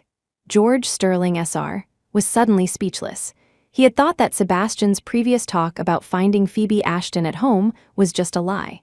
But looking at Sebastian's serious expression, the hairs on his body stood on end. Margaret Sterling also finally realized something was wrong. She tentatively said, "Phobes, she was taken away by someone. I know that person. I've already sent people to find their whereabouts." "Mom, Dad, don't worry," Sebastian replied in the same way. George Sterling Sr. and Margaret Sterling exchanged a look, both realizing the seriousness of the situation. George Sterling Sr. was about to get angry when Margaret Sterling quickly held him back and said to Sebastian, "All right then, you get some rest. Your father and I will come see you another day." Seeing them stand up, Sebastian also felt a sense of relief. He escorted them to the door as he always had, and then said goodbye. George Sterling Sr. and Margaret Sterling walked to the elevator, looking at the tall man standing by the door watching them, their hearts aching. Inside the elevator, George Sterling Sr. sighed, "If I had known it would come to this, why did it happen in the first place? This is his own doing, serves him right." Although he said that, there was still worry on George Sterling Sr.'s face. Margaret Sterling made a decisive decision: call Seb's secretary. Have him find a way to take Seb for a checkup. Once we have the results, we'll know what to do. George Sterling Sr. hesitated and said, "Should we get someone else to do this, if Seb really is? It wouldn't be good if outsiders found out." George Sterling Sr. was reluctant to utter the words mental illness. He didn't want to attach this label to his own son. Margaret Sterling patted him and said angrily, "What time is it now? Seb's secretary probably knows more about his affairs than we do. If he had any ulterior motives, could he have stayed by Seb's side for so long?" With a ding, the elevator doors opened. George Sterling Sr. nodded silently. Thus, when Sebastian Sterling went to work the next day, his schedule had an added item: a physical examination. He looked at Arthur Finch and asked coldly, "I remember I just had a physical 2 months ago." Facing the man's cold gaze, Finch remained as steady as a mountain. "President Sterling, this was scheduled by you last month as one of the employee benefits. This hospital is also one we've invested in." With that explanation, Sebastian Sterling didn't press further and lowered his head to attend to other matters. Seeing this, Finch felt a sigh of relief, while also becoming more certain of George Sterling Sr.'s words.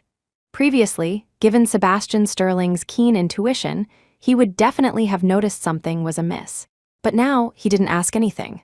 Finch didn't harbor any other thoughts. What Sebastian Sterling had given him was not just a high salary, but also faith. Once this hurdle was overcome, everything would be fine. Finch exited the office, took out his phone, and replied to George Sterling Sr.'s message. Chapter 21.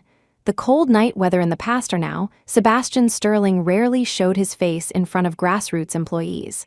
When he appeared in the hospital corridor, many who had never seen him were somewhat surprised. As the president of a conglomerate and Seacliff City's famous top-eligible bachelor, how could he look so haggard? Sebastian Sterling ignored these gazes and said to Arthur Finch, "What kind of checkup is it?" Finch replied, "President Sterling, your doctor is already scheduled. On the 7th floor." What Finch didn't say was that this doctor was found by George Sterling Sr. and seemed to specialize in psychology, and George Sterling Sr. and Margaret Sterling were already waiting in a room on the 7th floor. Sebastian Sterling, unsuspecting, nodded and stepped into the elevator. The elevator's fluorescent light shone on his expressionless face, giving him an almost unearthly stillness. The elevator doors slowly closed. Only then did Finch go to arrange matters related to the employee physical examinations. There weren't as many people on the 7th floor as downstairs. Sebastian Sterling strode out of the elevator. He suddenly remembered that Phoebe Ashton had also been hospitalized a few times. At first, Sebastian would accompany her, coax her, and bring her in. Later, even if Phoebe Ashton stayed overnight in the hospital, Sebastian never came. Sebastian Sterling's face was cold, his heart also cold. Because of his unwarranted desire for novelty, he had pushed Phoebe Ashton further and further away. Back then, when he received an anonymous text message saying Phoebe Ashton had been in a mental hospital, his first reaction wasn't anger, but an indefinable sense of pity. But later, how could he have said such hurtful things to Phoebe Ashton's face? Looking back now, Sebastian Sterling didn't actually know what those complicated emotions were at the time. But he remembered clearly, when he concluded Phoebe Ashton was mentally ill, the expression on the woman's face was vacant and desperate. Sebastian Sterling sighed, pushing the matter of the physical examination to the back of his mind. His heart empty, he sat down on a bench in the corridor, staring ahead, no one knowing what he was thinking. Soon, a young nurse walked over and asked, "Excuse me, are you Mr. Sebastian Sterling?" Sebastian Sterling looked up and acknowledged. The young nurse was startled by his expression. Then, remembering George Sterling Sr.'s words, she said, "Doctor." Stone has been waiting for you for a long time. Please come this way with me."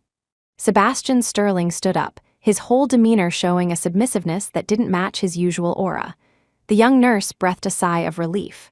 When she first saw Sebastian Sterling, she knew he was not ordinary.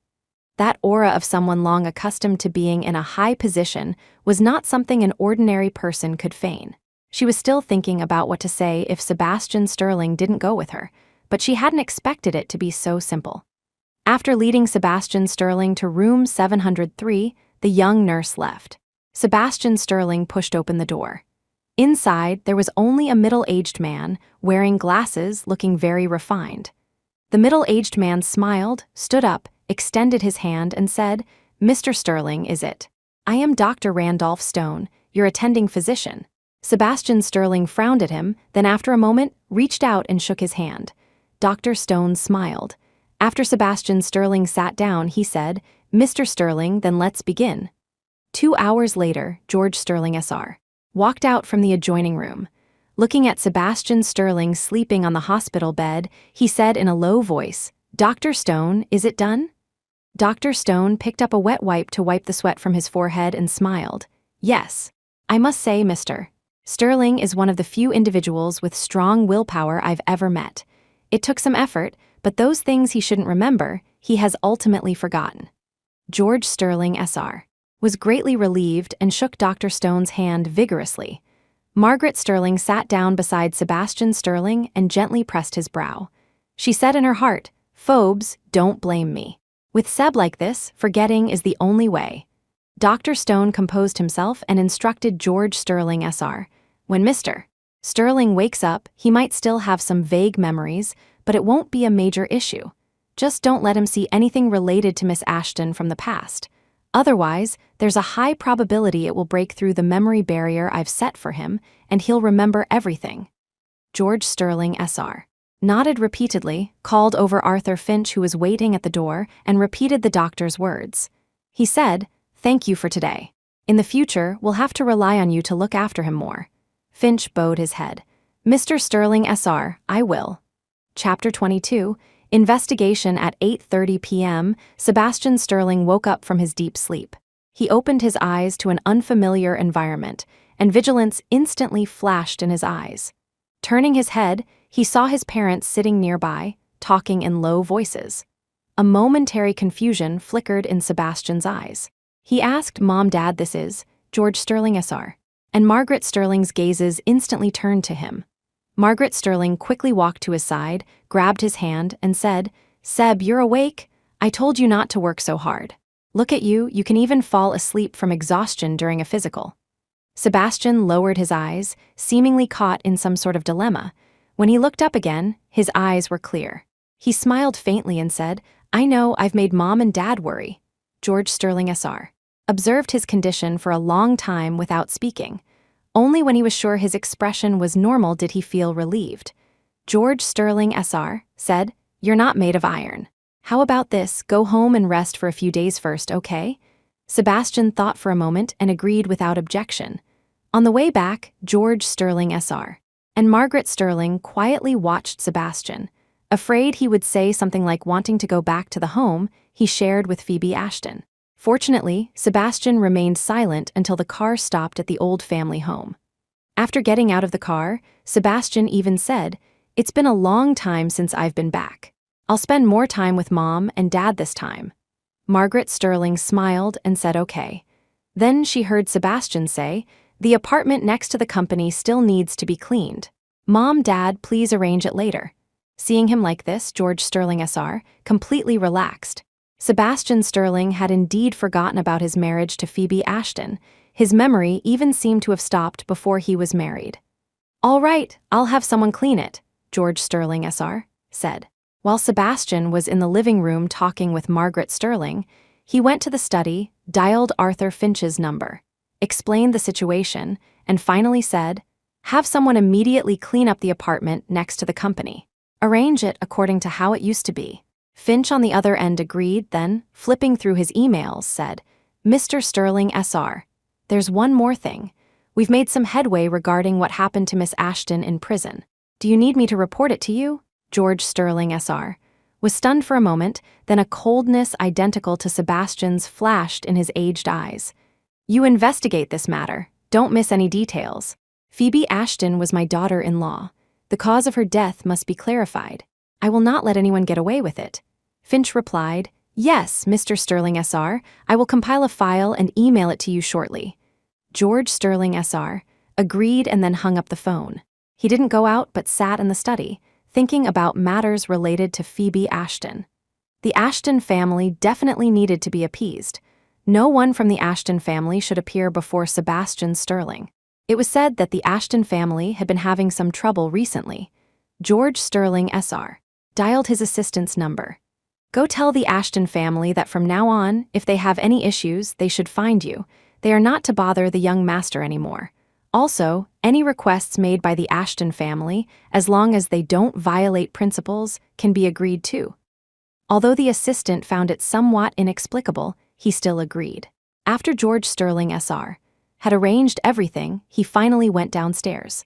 Sebastian Sterling was sitting in the living room, with cut fruit placed in front of him, listening attentively to Margaret Sterling.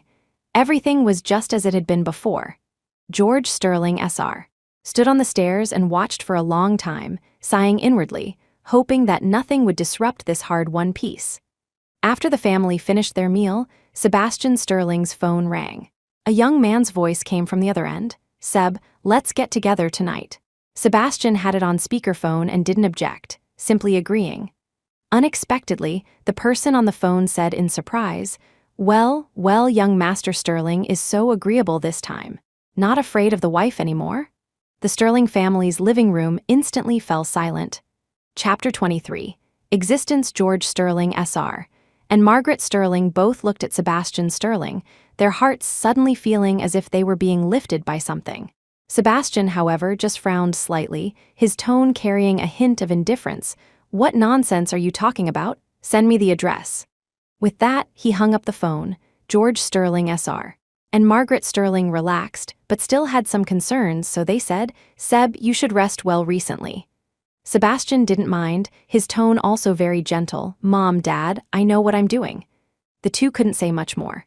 They couldn't interfere with Sebastian's business friends, nor could they recognize all of them at once. Tonight was destined to be a night of anxiety. Watching Sebastian go out, Margaret Sterling said to George Sterling SR, "Old man, what do you make of this?"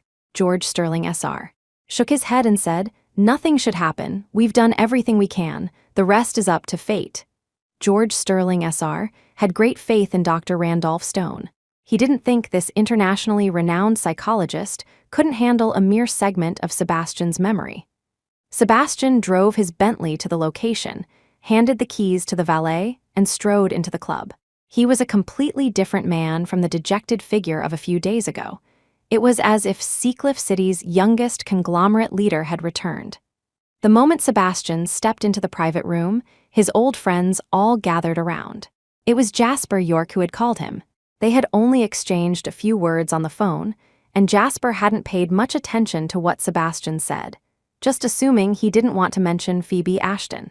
Friends rarely got together, so they couldn't bring up any downer topics, and thus didn't mention it again. Besides, apart from being brought out by Sebastian a few times initially, Phoebe Ashton had never been seen again. Presumably, having tasted the bitterness of the besieged city of marriage, Sebastian was unwilling to say more. Before Sebastian arrived, Jasper had already given his friends a heads-up. They were all tactful and didn't bring up the topic. Sebastian sat on the sofa in the private room. An admiring girl leaned over, but received only a cold glance from him and stopped in her tracks. Jasper York smiled and leaned in, saying, "Our young Master Sterling is still so chaste." Towards his friend, Sebastian's expression softened. He glanced at him and said, "This is called maintaining one's integrity. Don't use words you don't understand. For whom would I remain chaste?" As soon as these words were spoken, Jasper finally sensed something was off. The Sebastian before him would have sneered, "Chaste? Phoebe Ashton isn't worth that from me." Sebastian's current behavior was as if Phoebe Ashton had never existed. Jasper suspected this in his heart, but didn't probe too deeply. In any case, something he didn't know must have happened to Sebastian. It seemed he would have to find an opportunity to visit the Sterling parents. In their circle, friends were a rare commodity. Moreover, Sebastian Sterling was an outstanding individual recognized by all the prominent families. Being with him meant fewer lectures at home. The group played until late at night before heading back. Sebastian called Margaret Sterling. He was about to say he wasn't coming home tonight when he heard Margaret Sterling say, "Seb, I happen to be unable to sleep tonight. I'm still awake. Mom hasn't seen you in a long time. You should come back and sleep here." Since Margaret Sterling had said so, Sebastian didn't say anything more. Because he had drunk a little, he called for a designated driver from the hotel and gave the address of the old family home. Sitting in the car, Sebastian looked out the window, inexplicably feeling a little empty. It was as if, at this moment, he should be going somewhere else. This feeling was very unpleasant, but Sebastian's expression remained unchanged. A minute later, he withdrew his gaze and leaned back against the seat, closing his eyes to rest. That feeling still lingered in his heart, coiling around him bit by bit, making him extremely uncomfortable. The car stopped at the old family home. Sebastian pushed open the car door, suppressed all his emotions, and strode inside. Margaret Sterling was in the living room. Seeing him return, she quickly stood up. As she got closer, she smelled the alcohol on Sebastian. Margaret Sterling complained, "Why did you drink so much again? It's not good for your health." Sebastian forced a smile and said, "Mom, I'm not feeling well. I'm going to bed first." Margaret Sterling nodded, watching him walk into the bedroom before finally letting out a sigh of relief. Returning to her bedroom, Margaret Sterling said to George Sterling Sr., "Nothing happened." George Sterling Sr. also felt relieved, and the two of them went to sleep. The night passed without incident. The next morning, the servants said Sebastian had already gone out for a morning run. Margaret Sterling busied herself arranging breakfast, all of Sebastian's favorite foods. 40 minutes later, Sebastian returned, freshened up, and sat down at the dining table. A strange feeling welled up in his heart. He subconsciously asked, "Mom, why are you being so nice to me? It's not another young lady from some family you want me to meet, is it?" Margaret Sterling was stunned. She looked at Sebastian, saw he was just casually teasing, and then smiled. "You rascal, what are you thinking? You're so old now, who would still want to send their daughter over?" Sebastian was non-committal, scrolling through company documents on his phone. It seemed he hadn't rested well in a long time. Such leisurely days felt very distant. The dark circles under Sebastian's eyes had faded considerably, indicating a good night's sleep. Chapter 24. Resolute after breakfast, Sebastian Sterling received a call. Someone invited him to go horse riding. He freshened up and went out. Not long after he left, Jasper York paid a visit. He was very polite but also very direct. "Uncle, Auntie, I'm Seb's friend. I saw him last night and he seemed a bit off. I wanted to ask if something happened." George Sterling Sr. glanced at him and asked, "You are Jasper York, son of David York?" Jasper York didn't deny it. George Sterling Sr. said, "Your father is an old friend of mine. I didn't expect that after so long without contact, you'd be so grown up. Since you're close with Seb, it's not impossible for you to know." Half an hour later, Jasper York walked out of the Sterling house, his eyes still showing some shock. After this day, all the prominent families in Seacliff City knew that Sebastian Sterling was single again. As for the Ashton family, they were under the protection of the Sterling family. The reasons for this were left for others to speculate, but no one would ever again mention that so-called ex-wife in front of Sebastian Sterling. A month later, George Sterling Sr. and Margaret Sterling completely set their minds at ease. Things had finally calmed down, and George Sterling Sr. also began to fully investigate Phoebe Ashton's matter. And at this moment, on the other side of the ocean, Phoebe Ashton, who was supposed to be dead, slowly opened her eyes. She looked at the distant horizon, dazed for a while before getting out of bed. Phoebe Ashton picked up a pen and drew a red circle on the calendar. A month. It had been so long since she left Seacliff City. Sebastian Sterling still hadn't found her. Or rather, he didn't want to find her. Either way, it could no longer cause any emotional ripples for Phoebe Ashton. When she was ruthlessly thrown into prison by that man, 3 years of marriage, 10 years of obsession, had vanished into thin air. Just then, there was a knock on the door. Liam Linden's voice came through. "Phobes, are you awake?" Phoebe Ashton looked at herself in the mirror, then went to open the door, revealing a faint smile. How are you always up earlier than me? Phoebe Ashton said. Liam Linden looked at her, his eyes full of doting affection. He wanted to reach out and smooth the hair that was sticking up on her head from just waking up, but then thought of something and forcibly lowered his hand. He said softly, I always wake up earlier than you. By the way, the doctor will be here in half an hour. You should wash up and eat breakfast quickly. Phoebe Ashton frowned and said, Liam, don't waste your effort. My illness? It doesn't need to be treated. Liam Linden, who had been all smiles, heard this, and an unprecedented resolution appeared on his face. Phobes, I'm telling you this one last time. The diagnosis you received from your doctor back home was not accurate. Grandma Zhao was able to live to a ripe old age, and so can you.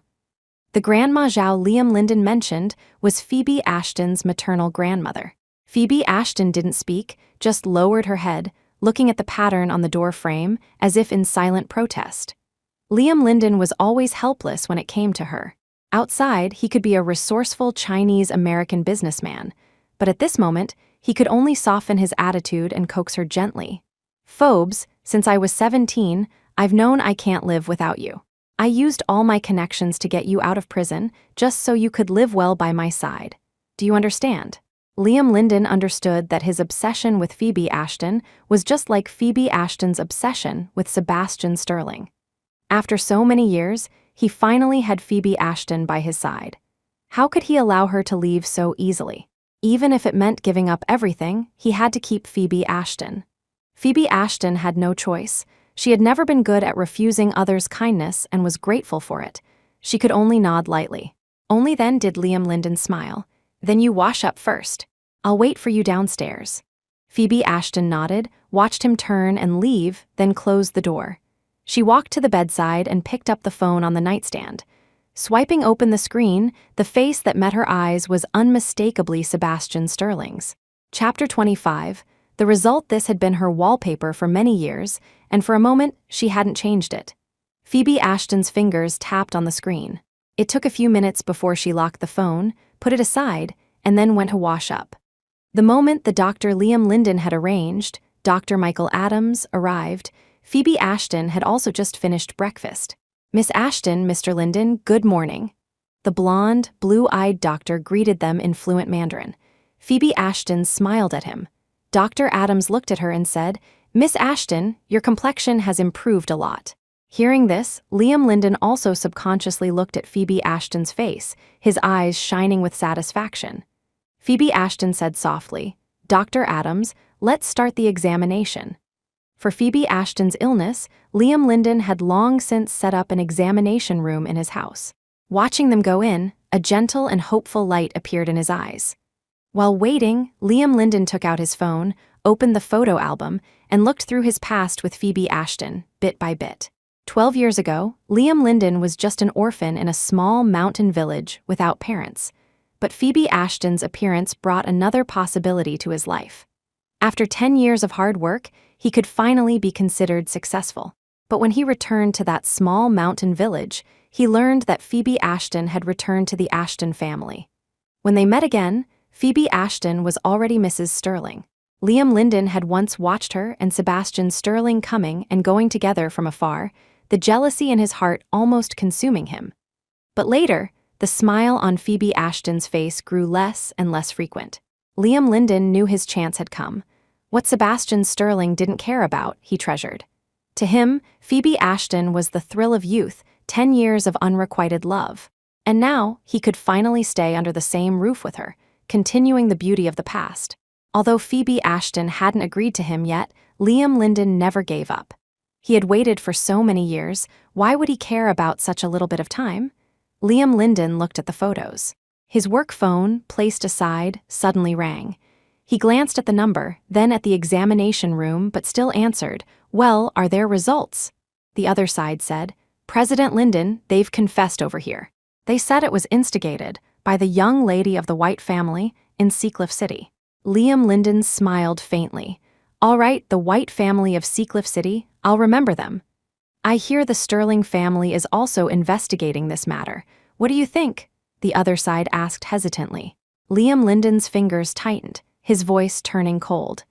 Use any means necessary, don't let them trace it back to the White family. Also, that person who was bribed, find a way to make sure he never appears in Seacliff City again. Then, what about these people?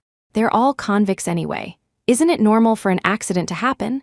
Liam Linden spoke cruel words, yet as calmly as if discussing the weather.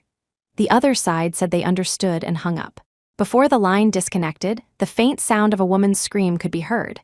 Liam Linden put down his phone, his fingers interlaced. He thought to himself, "Phobes, no one can hurt you.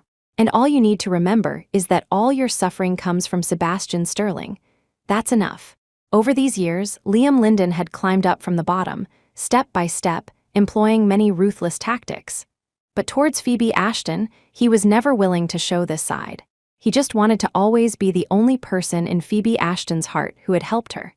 Even if Sebastian Sterling hadn't directly caused the events in prison, if it wasn't for his missteps, how would his phobes have suffered all that? "Liam, what's wrong?" As Phoebe Ashton stepped out of the examination room, she sensed the low pressure from the man sitting on the sofa and couldn't help asking. Only then did Liam Linden snap back to reality. He looked over and shook his head. He smiled.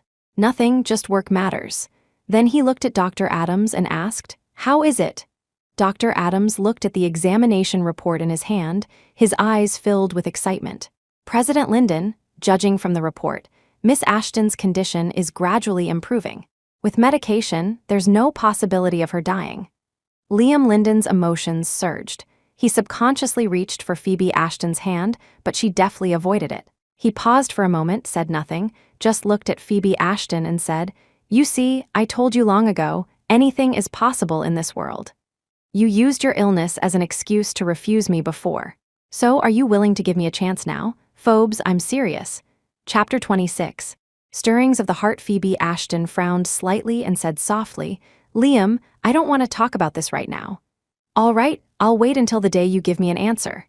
Liam Linden wasn't anxious, his eyes full of determination. And Phoebe Ashton, standing to the side, had a complex expression on her face when he wasn't looking, but it quickly returned to normal. Liam Linden had his own business here. In the afternoon, he went out, instructing the servants, "Take good care of Miss Ashton." Phoebe Ashton was upstairs, watching him drive away. Only then did she feel relieved. She sat on the balcony, picked up her phone, and looked at Sebastian Sterling on the screen. A hint of nostalgia flashed in her eyes, but then, what surged from her heart was endless sorrow and pain. Undeniably, Sebastian Sterling's existence was part of the reason she refused Liam Linden. But what Sebastian Sterling had brought her, apart from the initial happiness, was only suppressed suffering. Phoebe Ashton didn't want to experience that again with anyone. The past hardships could only be left to time to dissipate. "I can't step into that fiery pit again," Phoebe Ashton murmured, looking at her phone. Towards Liam Linden, she only felt gratitude. But gratitude couldn't turn into love. That was very normal. In her 27 years of life, Phoebe Ashton had never had feelings for anyone other than Sebastian Sterling. But Liam Linden's attentiveness and meticulous care left Phoebe Ashton unsure of what to do. When she was imprisoned, Phoebe Ashton knew she would definitely not survive in Sebastian Sterling's hands. At that time, she truly had a death wish. But later, when she woke up from her coma, she was already on a plane. Beside her was Liam Linden. No one knew how Liam Linden had done it. When Phoebe Ashton asked, he only said, "You saved my life once before. Now I'm saving yours. Isn't that normal? From today on, you will be a brand new Phoebe Ashton." Phoebe Ashton looked at the floating clouds outside the porthole, feeling somewhat lost. A new life, a life without Sebastian Sterling. After a month of adjustment, Phoebe Ashton had barely managed to adapt to this kind of life. But Liam Linden's kindness towards her soon surpassed the boundaries of friendship. Phoebe Ashton could see it, and Liam Linden didn't deny it. "Phobes, my feelings for you, I will let time prove them. Can you give me a chance?" Half a month ago, when Liam Linden said this to her, Phoebe Ashton was completely stunned. She had never thought she would develop another kind of relationship with Liam Linden. Phoebe Ashton was so flustered she didn't know what to do, only saying, "I can't agree to it." Under Liam Linden's repeated questioning, she finally revealed her hereditary illness. But she hadn't expected Liam Linden to find a doctor the very next day to give her a comprehensive examination. Even less did she expect that the illness that had brought her despair could actually be cured. Phoebe Ashton's heart was very complicated. On one hand, she was stuck in the past, unable to move on. On the other hand, she looked forward to a healthy body and a new life. But Liam Linden? Phoebe Ashton's eyelashes trembled slightly, and she shook her head. She would repay his life saving kindness in other ways. The wind gradually picked up outside. Phoebe Ashton's room faced an open area, offering an almost unobstructed view of the horizon. The clouds in the sky gathered and dispersed, changing shapes bit by bit. Unexpectedly, a memory flashed through Phoebe Ashton's mind. It was when she had just been released from the mental hospital. For a long time, she was melancholic. At night there, someone would bang their head against the wall. In the same ward, there was also a woman who liked to tear open quilts, stuff cotton into her mouth, and even offer it to Phoebe Ashton, asking if she wanted to eat it. When Phoebe Ashton first went in, she desperately wanted to escape. But after being suppressed by tranquilizers several times, she no longer dared to make any sound. Yet she was also afraid that one day, she would truly become one of them in that mental hospital. But later, the village chief from the small mountain village came to see her and told her she could leave soon. Upon further inquiry, Phoebe Ashton learned that the wealthy family who had framed her for having a mental illness had fled the city overnight due to company operational problems. Without pressure from that side, the village chief dared to come and take her out of the hospital. And not long after her release, people from the Ashton family finally came, saying they wanted to take her, their eldest daughter, home. At that time, Phoebe Ashton was very timid. It was normal for the Ashton family to look down on her. It wasn't until Sebastian Sterling appeared in her life that everything began to change. That man took her to see mountains and seas, took her to see the clouds roll and unfurl. Sebastian Sterling took her to the highest mountain peak in Seacliff City. From dawn to dusk, at twilight, when the sky was at its most magnificent, he kissed her forehead. Phoebe Ashton came back to her senses and subconsciously touched that spot. It seemed to still be faintly warm. But then she smiled bitterly. Sebastian Sterling hasn't looked for you in so long. What are you still expecting? And on the other side of the world, in a different time zone, Sebastian Sterling suddenly woke from his sleep with a start. His forehead was covered in sweat. The bedside clock showed the time, 4:45 a.m. Sebastian Sterling simply sat up, leaned against the headboard, and lit a cigarette. These past few days, he had dreamed twice, each time waking up feeling oppressed. But after waking up, he couldn't even remember what he had dreamed about.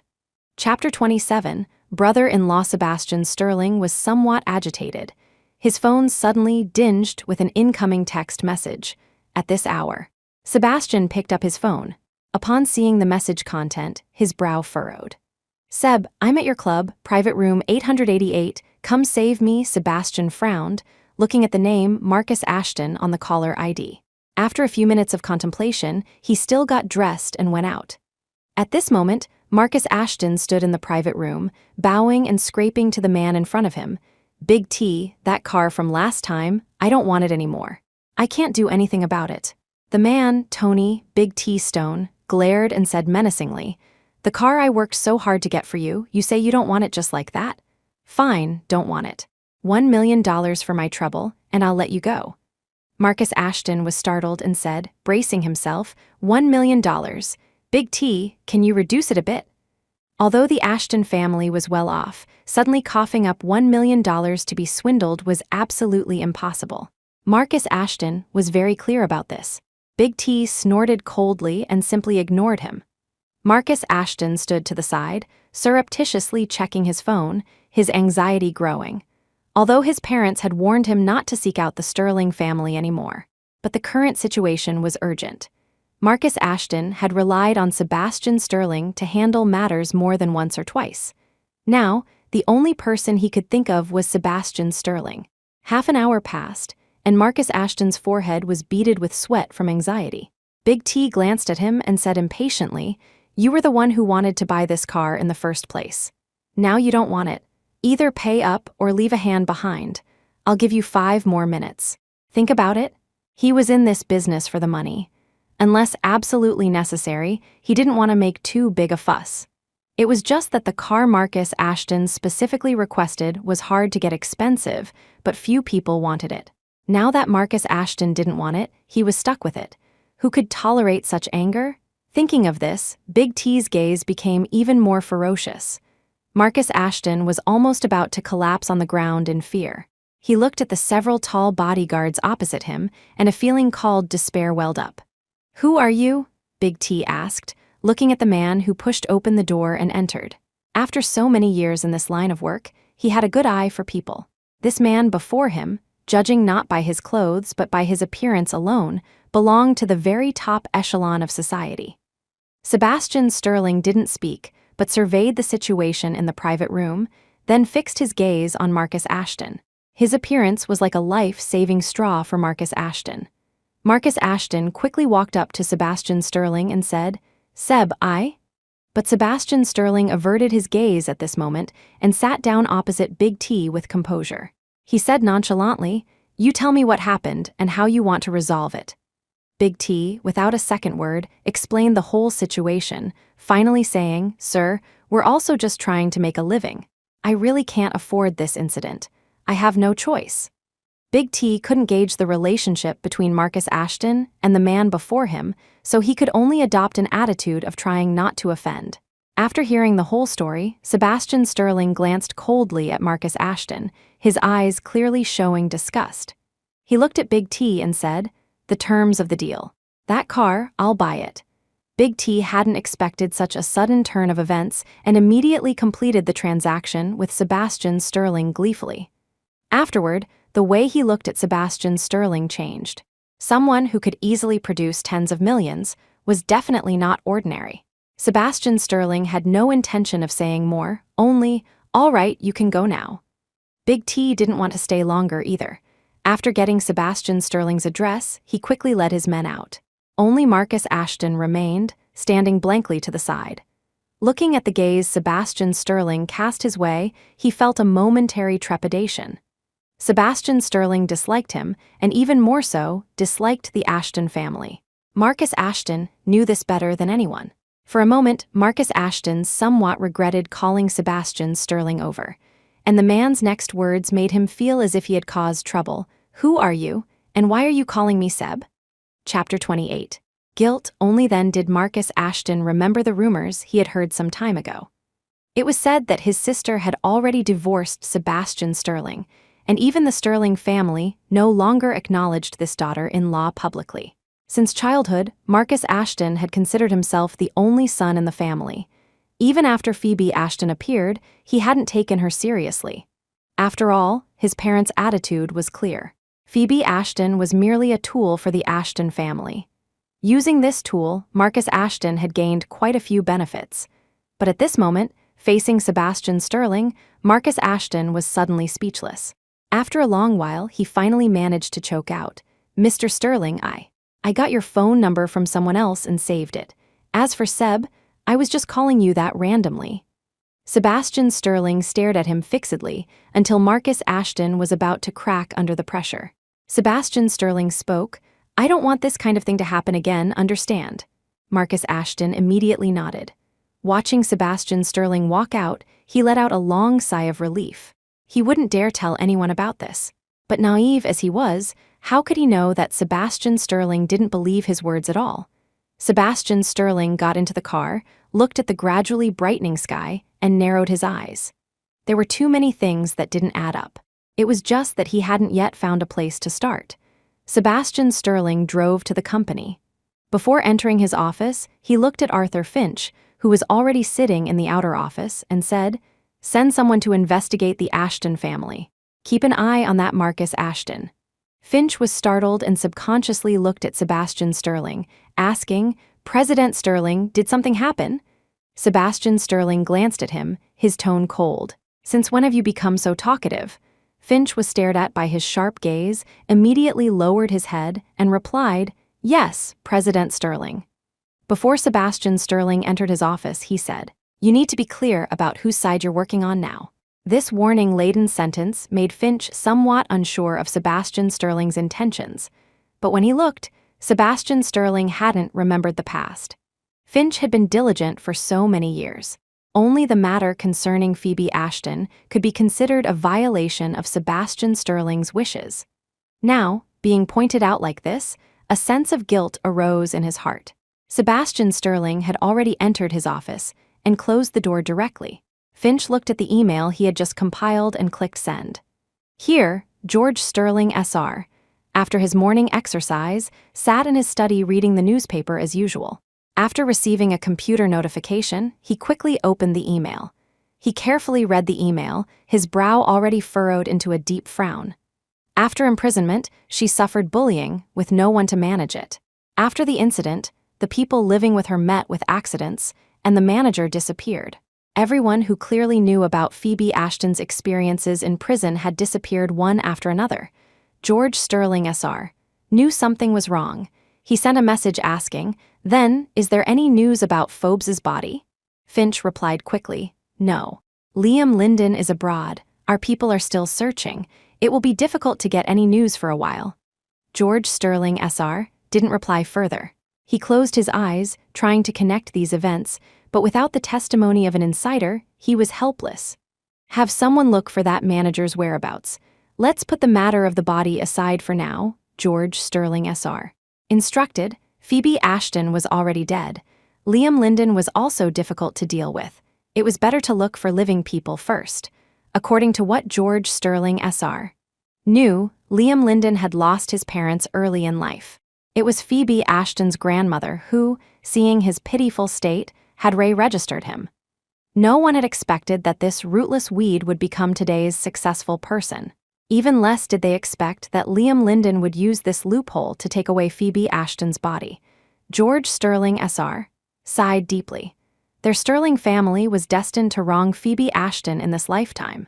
Liam Linden closed his laptop, rubbed his temples, and asked the person in front of him, Dexter Vance, "You're saying a group of people from China has already withdrawn?" "Yes, President Linden. They arrived shortly after Miss Ashton did. We currently speculate they are from the Sterling family," Dexter Vance said. Liam Linden smiled. "That's good. The Sterling family should never have any involvement with Phobes again in this lifetime. It's good they've backed off. I can finally take Phobes out for a walk." Dexter Vance looked at Liam Linden, hesitating to speak. He wanted to say that Phoebe Ashton wasn't worth it. From their few interactions, it was clear she had no feelings for Liam Linden. But Dexter Vance also knew he couldn't say this. He had witnessed firsthand how obsessed Liam Linden was with Phoebe Ashton. In the end, he could only sigh inwardly, hoping Liam Linden would get his wish. When Liam Linden returned home, he also bought a bouquet of flowers. As he entered, Phoebe Ashton happened to be walking out with a bowl of soup. Liam Linden strode over, took the soup from her hands, placed it on the table, and said warmly, "Why are you doing this kind of thing?" Then he turned his head, looking coldly at the servant standing nearby. Phoebe Ashton quickly said, "No, I was bored in my room. It's almost mealtime, so I went to help myself. Don't blame them." Only then did Liam Linden retract his coldness, saying helplessly, "All right." Whenever he saw Phoebe Ashton, Liam Linden would recall the carefree times they had in the small mountain village. It could be said that Phoebe Ashton was the last warmth in his heart. "By the way, Phobes, you've been here for so long. Would you like to go out for a walk with me tomorrow?" Liam Linden didn't have the habit of not speaking during meals and asked directly. Phoebe Ashton's eyes lit up. "Can I?" "Of course you can. I've been too busy recently." "Tomorrow happens to be free," Liam Linden smiled. Looking at Phoebe Ashton's suddenly brightened eyes, he suddenly realized that after so many years, the woman before him hadn't changed. Very small things could make her happy. Liam Linden's expression softened even more. "Phobes, I hope every bit of your future happiness will be given by me." Chapter 29, Commemoration. Liam Linden was true to his word. The next day, after Phoebe Ashton woke up, he was already in the living room, ready to go. Faced with his gentle smile, Phoebe Ashton felt a momentary daze, as if that person had also been so considerate to her before. "This is your water, these are oranges. The place we're going is a bit far. If you get carsick, you can try the oranges," Liam Linden said, helping her into the car and carefully instructing her. Phoebe Ashton took the water and oranges and asked, "Where are we going?" "A very beautiful beach. As for how beautiful, you'll have to go and see for yourself," Liam Linden smiled. Phoebe Ashton also showed a genuine smile. She didn't ask further, said thank you, and got into the car. Liam Linden drove quickly. but it still took them over 3 hours to reach their destination. During the drive, Phoebe Ashton kept looking at the fleeting scenery outside the window. It was completely different from back home, giving her a very unfamiliar feeling. Liam Linden talked to her. "Phobes, do you still remember the pomelo tree we planted outside Grandma's yard?" This question awakened Phoebe Ashton's memory. She smiled happily. "I remember it grew so many pomelos back then. Grandma was so happy and even planned to make pomelo candy for us." As she smiled, Phoebe Ashton's expression suddenly dimmed. But later, they never got to eat the pomelo candy, because the village children stole all the pomelos during the night, and Grandma didn't live to see the pomelos grow again the next year. Liam Linden engaged the cruise control, reached out a hand to pat Phoebe Ashton, and comforted her. "Don't think about unhappy things. I didn't say this to make you unhappy." Phoebe Ashton looked up and gazed outside. "I know, I just feel it's a pity." And she also missed the old woman who had made so many delicious things for her. Liam Linden pursed his lips, thought for a moment, and said, "Why don't we commemorate Grandma in a different way? You could open a small shop and make the things Grandma used to make. People here are quite keen on these things." Phoebe Ashton's eyes lit up. She asked, "Can I?" Seeing her mood improve, Liam Linden nodded emphatically. "Of course you can. I'll find a good shop for you. You just have to wait to be the little boss." Phoebe Ashton thought about the little snacks her grandmother used to make, and anticipation also appeared in her eyes. The two talked about other things, and finally, the coastline gradually came into view. Phoebe Ashton had never seen such beautiful scenery. They arrived in the mid-afternoon. The weather was fine. The blue sea surface rose with waves of white foam. In the distance, the horizon seemed to be merging with the sky. Phoebe Ashton drew closer. The sea breeze caressed her face, carrying a somewhat salty, damp scent. It was a beautiful view, yet it evoked a different feeling in her heart. It wasn't just beautiful, it felt as if her soul had been cleansed. The bitterness and dull ache buried deep in her heart seemed to dissipate a little with the sea breeze. Liam Linden walked to her side and said softly, "When I first read about the sea in books, I thought I must come to the seaside one day. I've seen the sea many times over the years, but this beach is the most beautiful I've ever seen." Phoebe Ashton turned to look at him. Liam Linden smiled gently. "Phobes, what I want to bring you is the best." The sincerity and passion in his eyes almost scalded Phoebe Ashton. The woman hastily averted her gaze, avoiding his. But Phoebe Ashton clearly felt that a certain part of her heart seemed to have moved slightly. Liam Linden watched her lower her head unexpectedly, a hint of gloom in his eyes, and quietly stood beside her. After a while, Liam Linden said, "It's probably around 5 o'clock when this place is at its most beautiful. I know a restaurant over there, near the sea, very suitable for viewing." Seeing him change the subject, Phoebe Ashton also cast aside the distracting thoughts in her mind and naturally replied, "You do look like you've been here many times." Liam Linden smiled and said generously, "I have been here many times, but not specifically to see the scenery, but to work."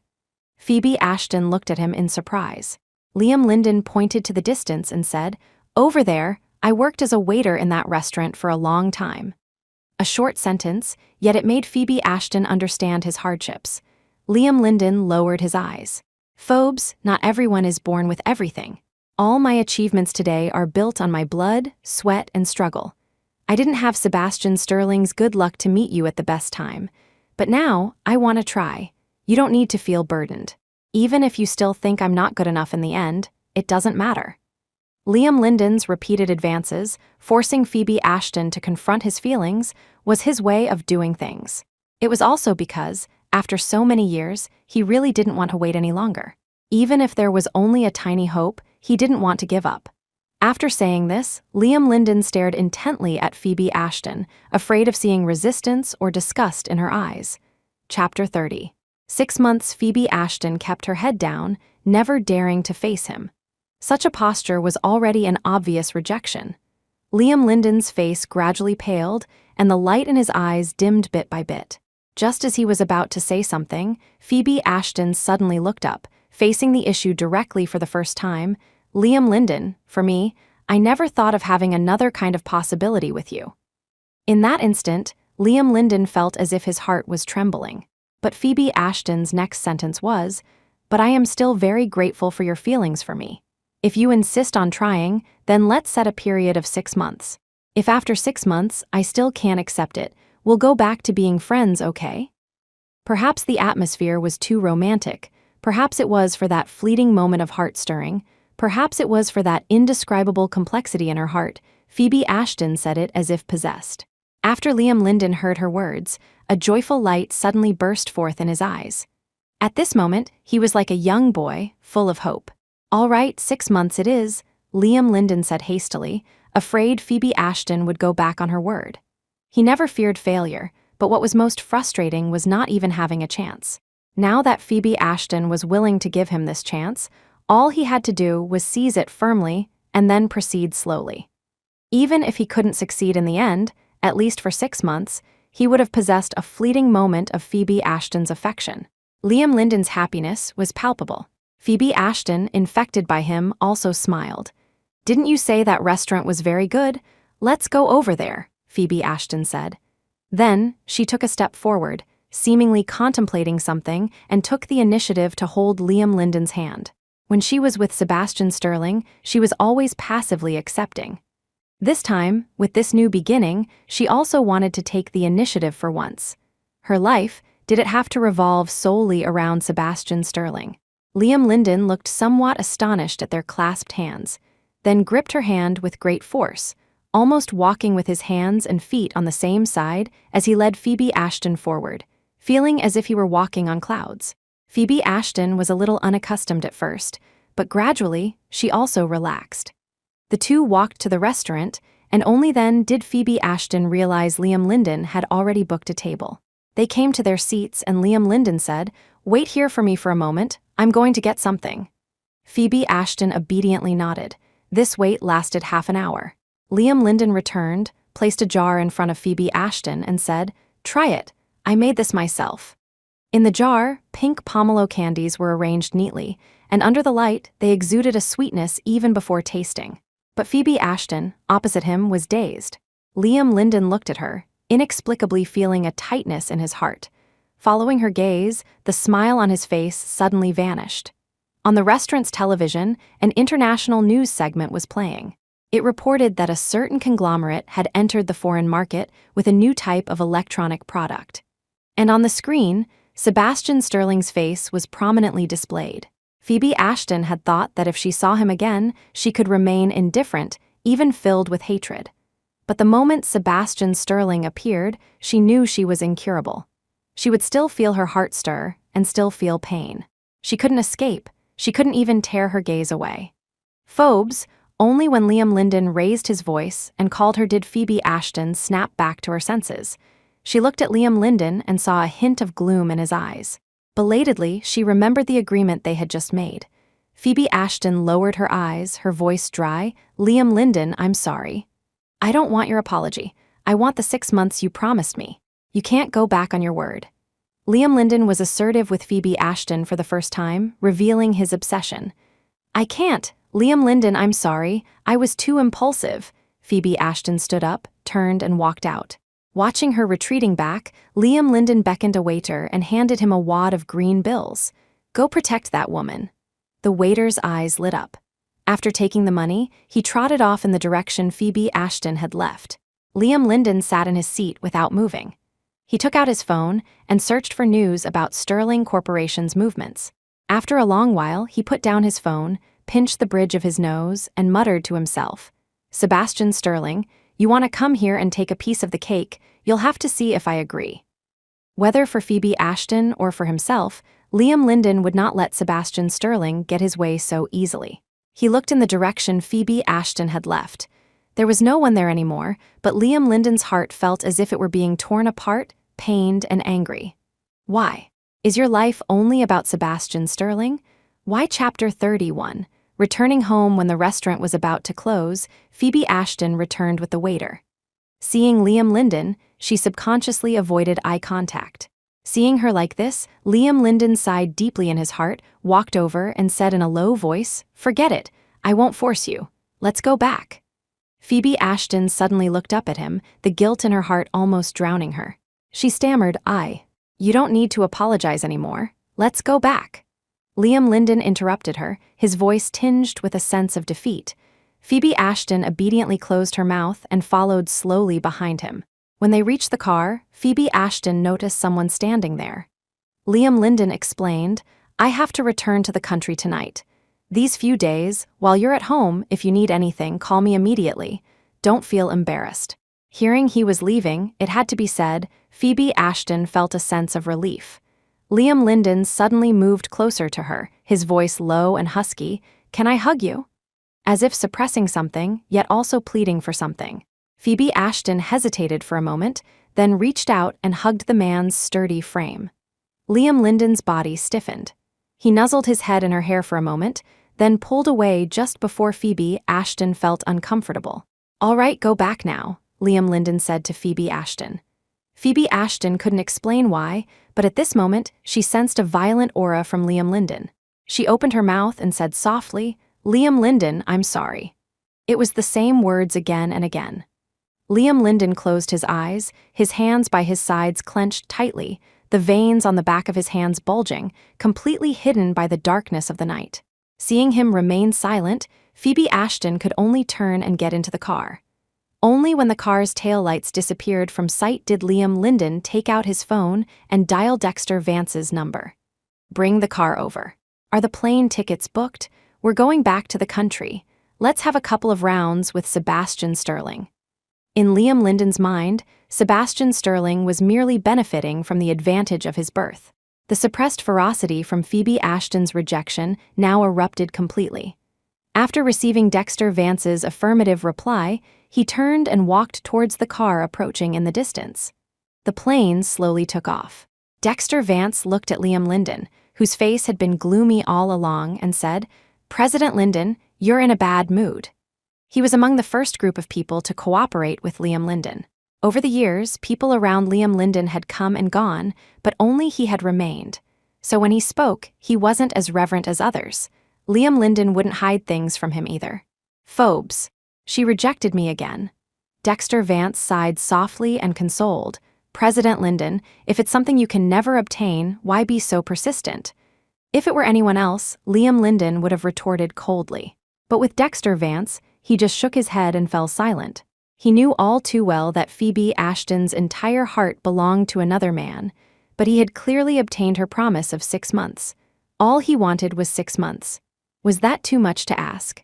If no one would give him hope, then he would seize it himself, since Phoebe Ashton would change her mind upon seeing Sebastian Sterling. Then he would make sure Sebastian Sterling never appeared before her in this lifetime. Forever cowering in Seacliff City, Liam Linden's heart was cold, but a fierce glint flickered in his eyes. Day turned to night, and Liam Linden's feet touched down at Seacliff City's airport. He said to Dexter Vance, "Let's put our things down first. We'll go pay Sebastian Sterling a visit." Dexter Vance said nothing, just nodded and went to make arrangements. Here, Sebastian Sterling heard Arthur Finch's words, a hint of surprise in his eyes. "An overseas Chinese merchant from abroad?" "Yes, it's Liam Linden," Finch replied.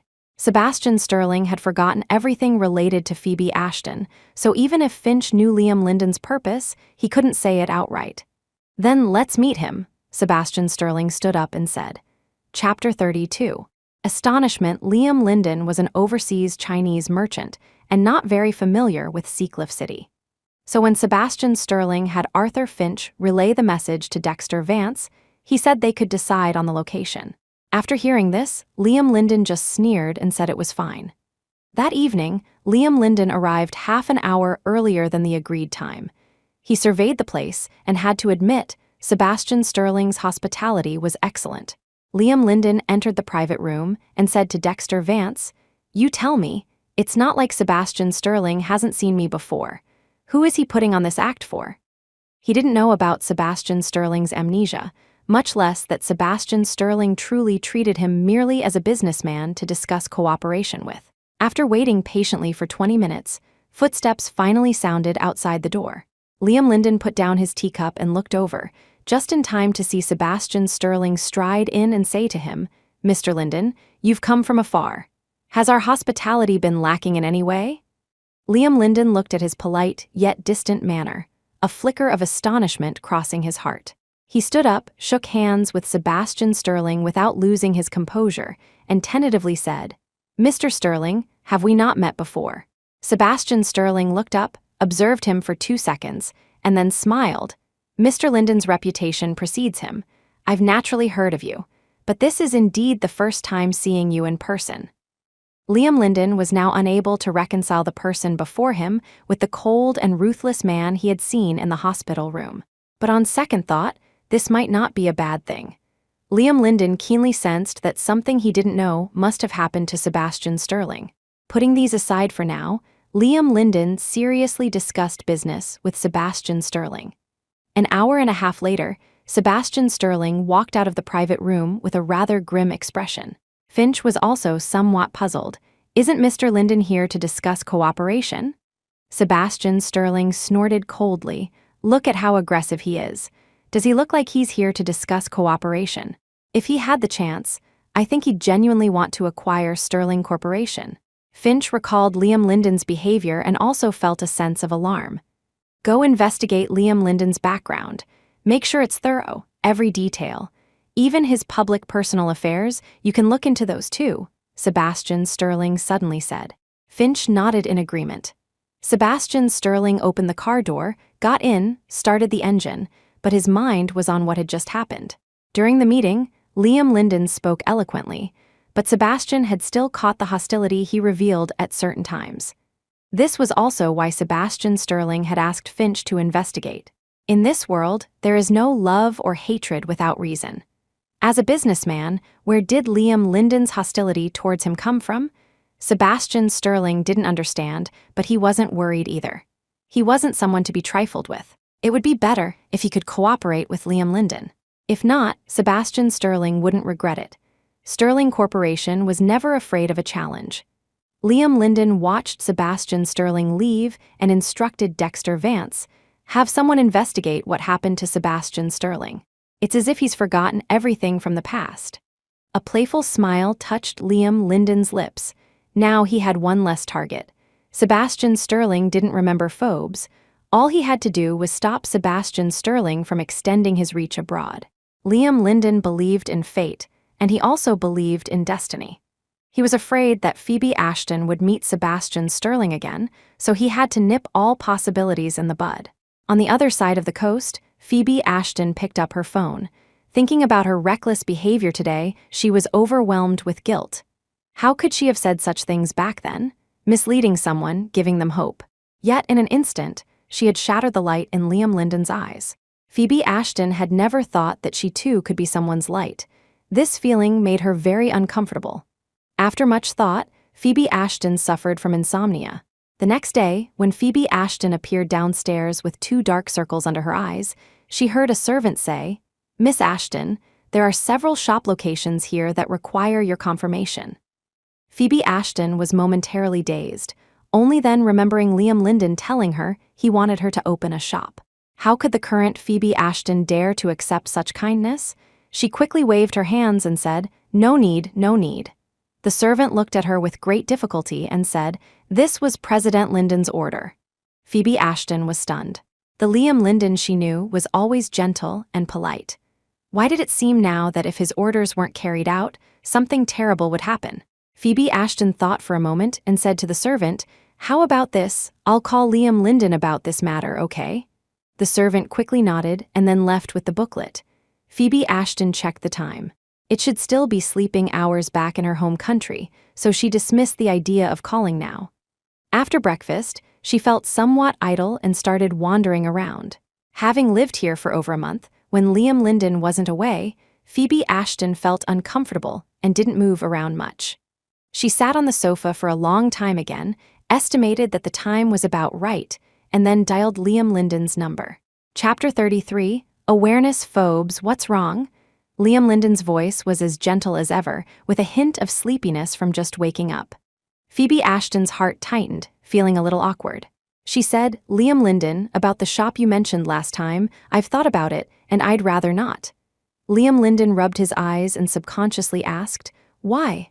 "I don't want you to bear too much for me," Phoebe Ashton said honestly. After a long pause, Liam Linden's voice finally came through, "Since you don't want to, then don't do it." Phoebe Ashton hummed in agreement and changed the subject. Liam Linden, I see there's a study here. Can I go in and take a look? Of course you can, Liam Linden replied.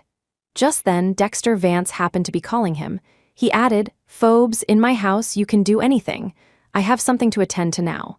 I'll call you later, Phoebe Ashton quickly said. Then you go ahead and get busy.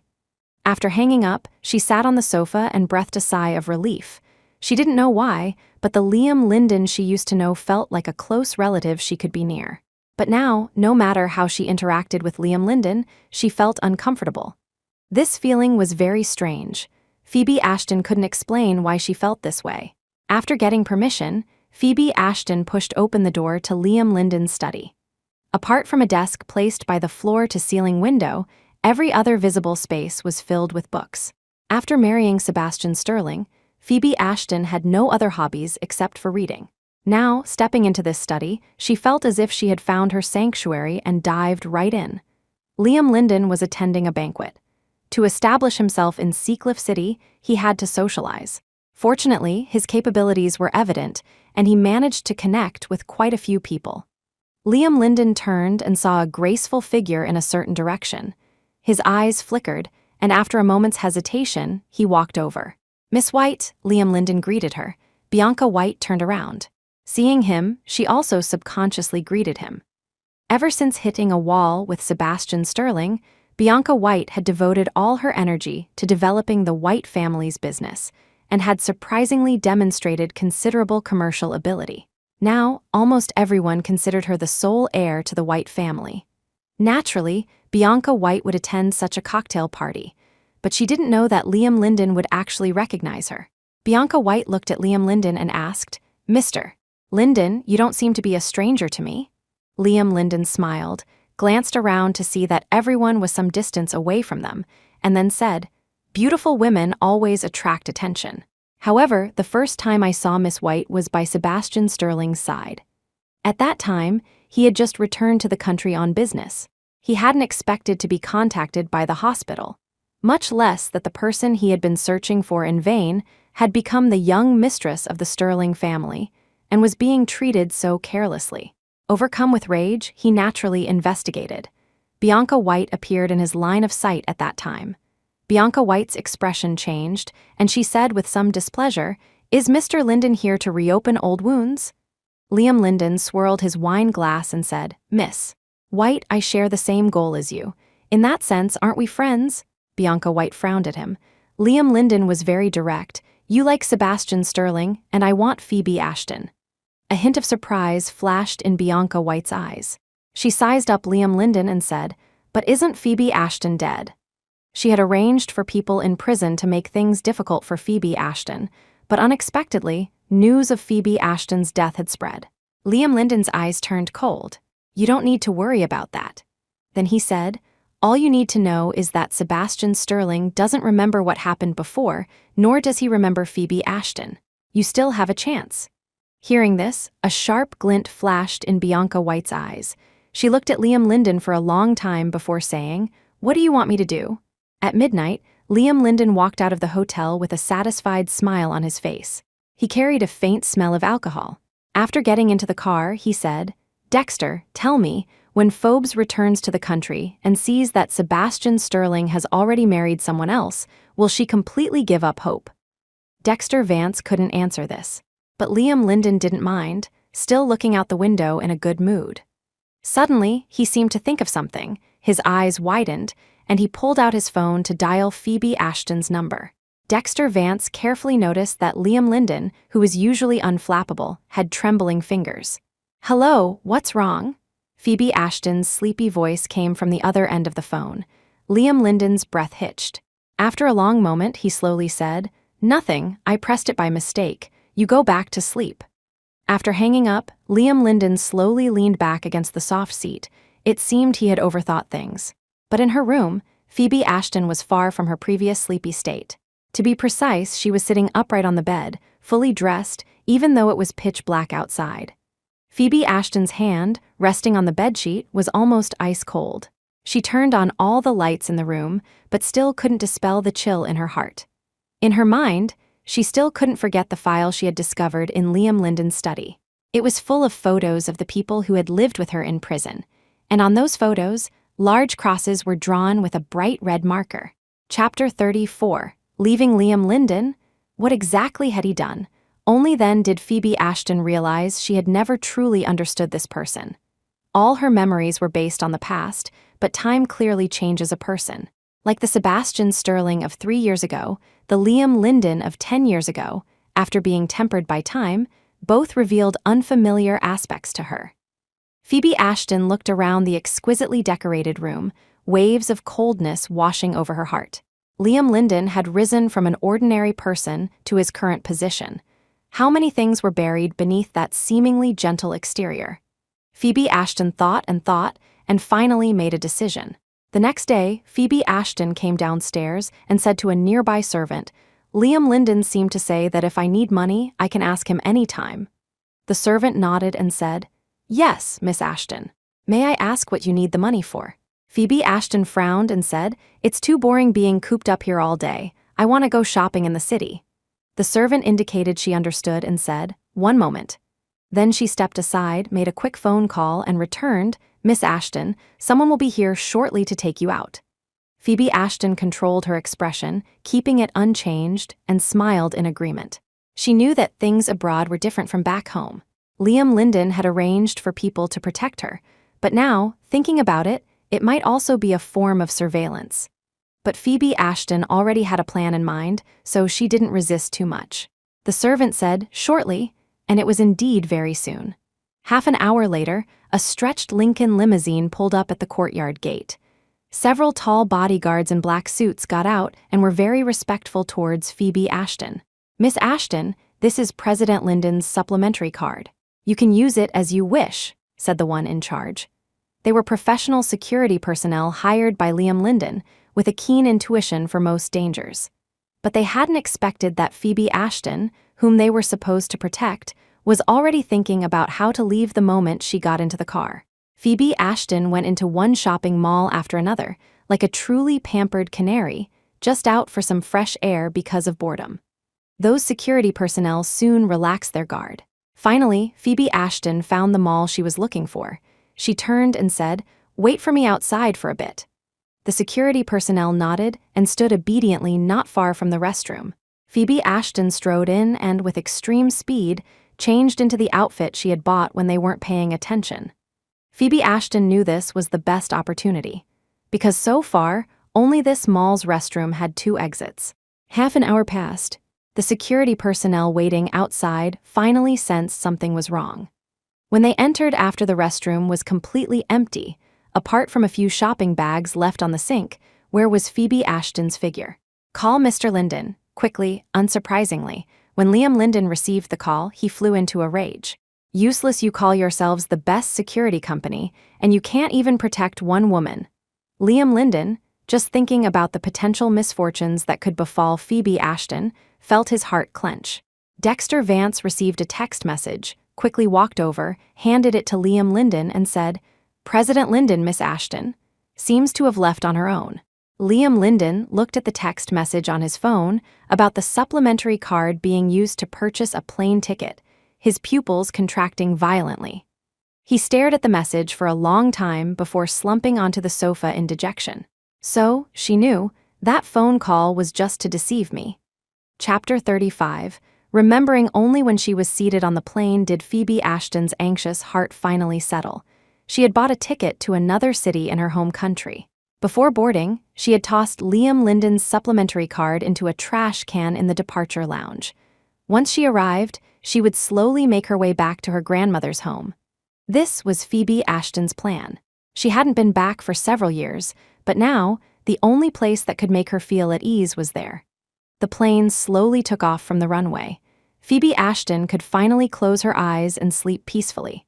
It wasn't until the plane landed and the flight attendant came to remind her that Phoebe Ashton slowly opened her eyes.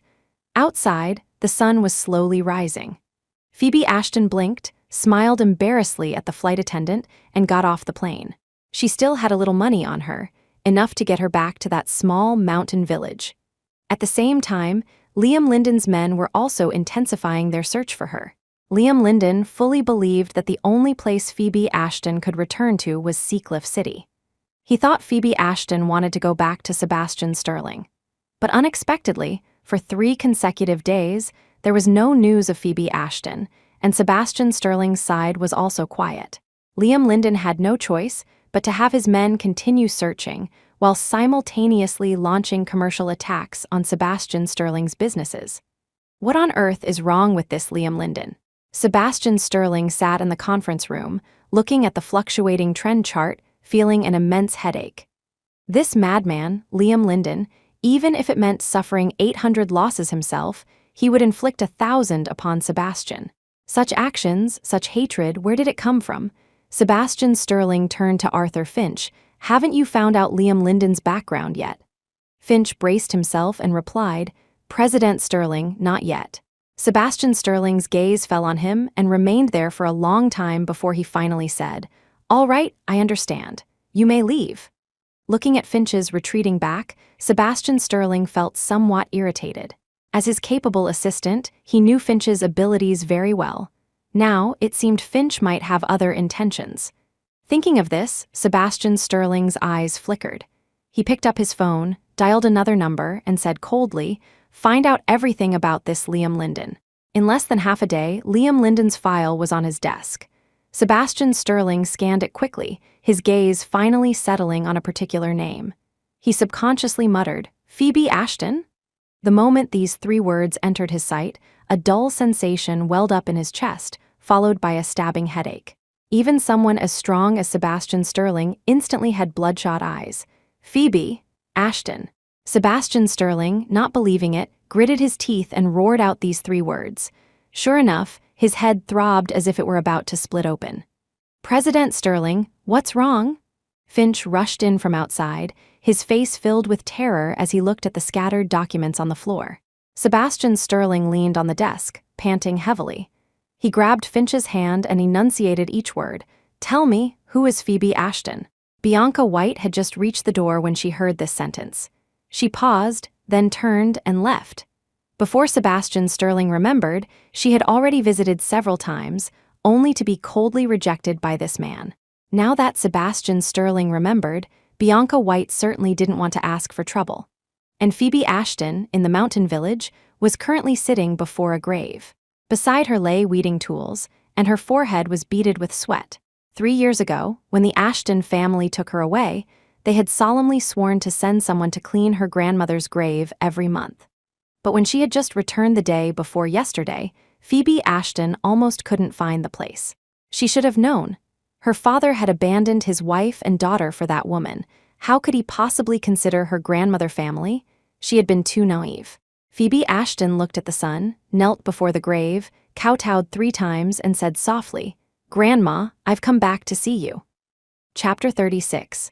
Encounter. Regardless of what was happening outside, after Phoebe Ashton returned to the small mountain village, she received no more news from the outside world. This place was almost isolated, with a culture that was both simple and fierce. Simple, in that on the 3rd day of Phoebe Ashton's return, those who had once bullied her came to apologize.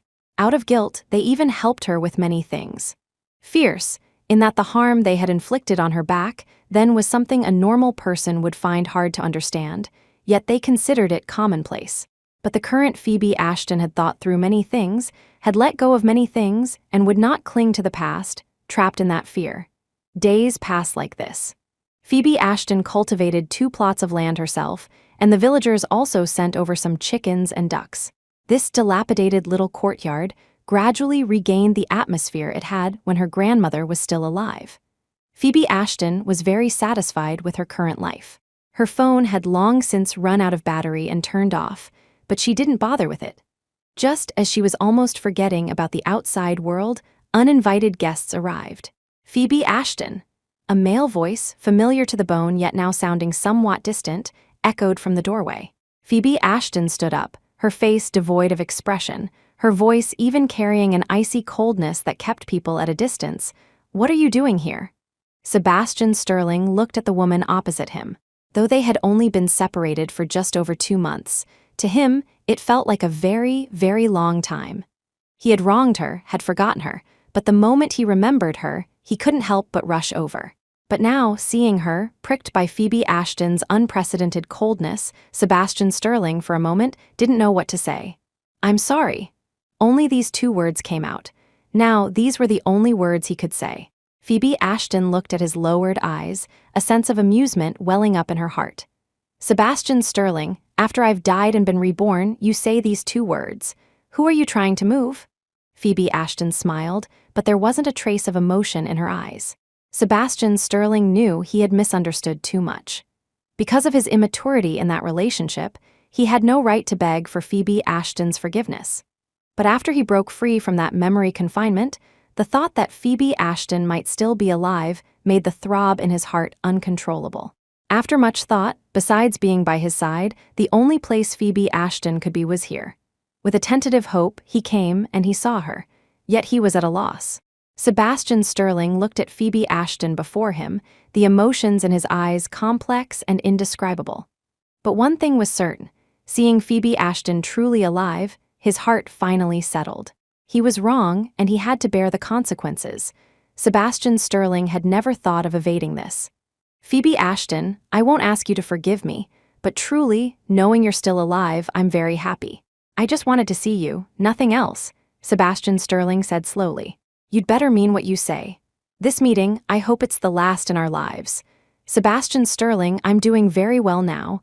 Without you, I'll be even better," Phoebe Ashton said, looking at him intently. Sebastian Sterling's heart skipped a beat. He looked deeply at Phoebe Ashton, and with an unprecedentedly gentle voice, he acknowledged, then said, "All right, I'm leaving." Until his figure disappeared from sight, Phoebe Ashton didn't say a word to stop him. Only when Sebastian Sterling was no longer visible did her legs give way, and she sat down on the stone platform where the osmanthus tree was planted. Phoebe Ashton extended her hand.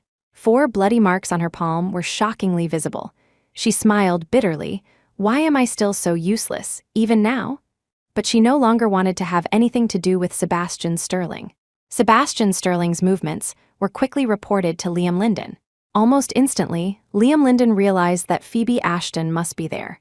Dexter Vance asked, "Should we bring Miss Ashton back?" Liam Linden pressed his temples and said coldly, "No need. Since she has chosen the life she wants, don't disturb her for now. After I bring down Sebastian Sterling, I will personally go find her."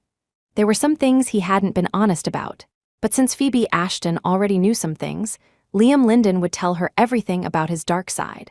Without Sebastian Sterling, he didn't believe Phoebe Ashton would truly have no feelings for him. Chapter 37. Confrontation. After Sebastian Sterling returned to Seacliff City, he first went home. Ever since George Sterling Sr. and Margaret Sterling learned the truth, they had been filled with unease. They were afraid that their only son would harbor resentment towards them. But Sebastian Sterling sat on the sofa and said earnestly, "Mom, Dad, I'm sorry. I've made you worry."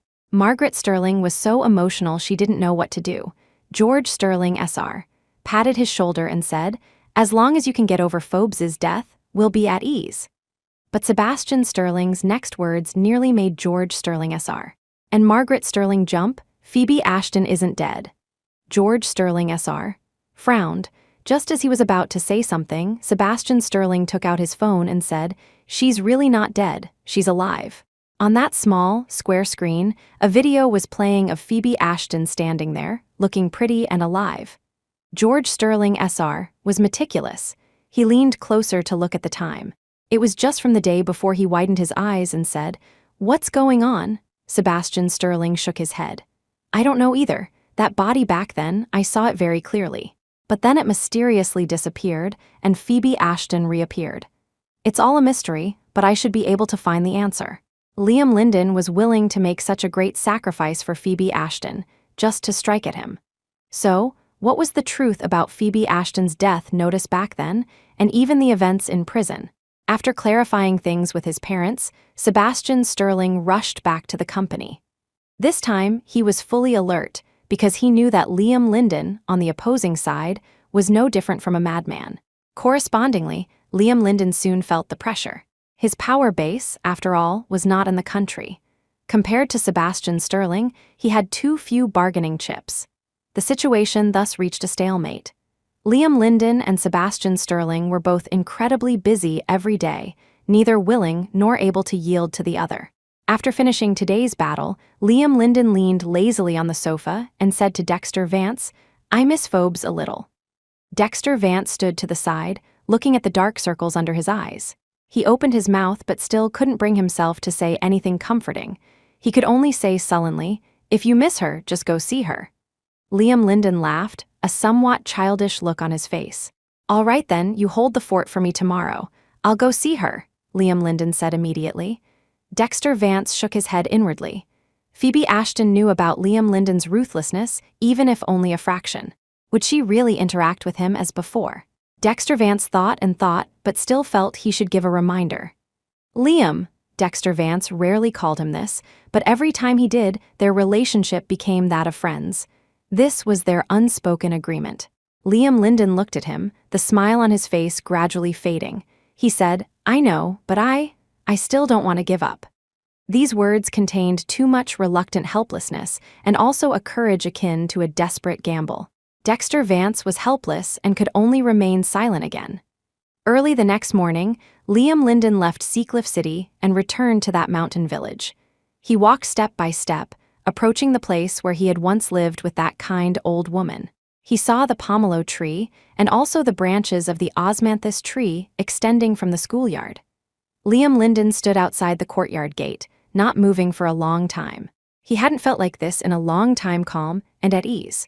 That year, ever since he watched Phoebe Ashton being framed and sent to a mental hospital. And then when she came out, her former cheerfulness gone, Liam Linden had decided to climb up by any means necessary. But now he had climbed up. What had he gotten? Sleepless nights, hands stained with darkness, no longer able to touch the light. This was the price. Liam Linden closed his eyes, feeling a warmth in his eye sockets. The next moment, the closed courtyard gate not far from him opened, and Phoebe Ashton's figure appeared there. Before Liam Linden could speak, he saw the woman who had once smiled at him gently, now with a flicker of fear in her eyes. Chapter 38. Phoebe Ashton had thought that, when she saw Liam Linden again, she wouldn't feel fear. After all, this man had lived with her and her grandmother for several years.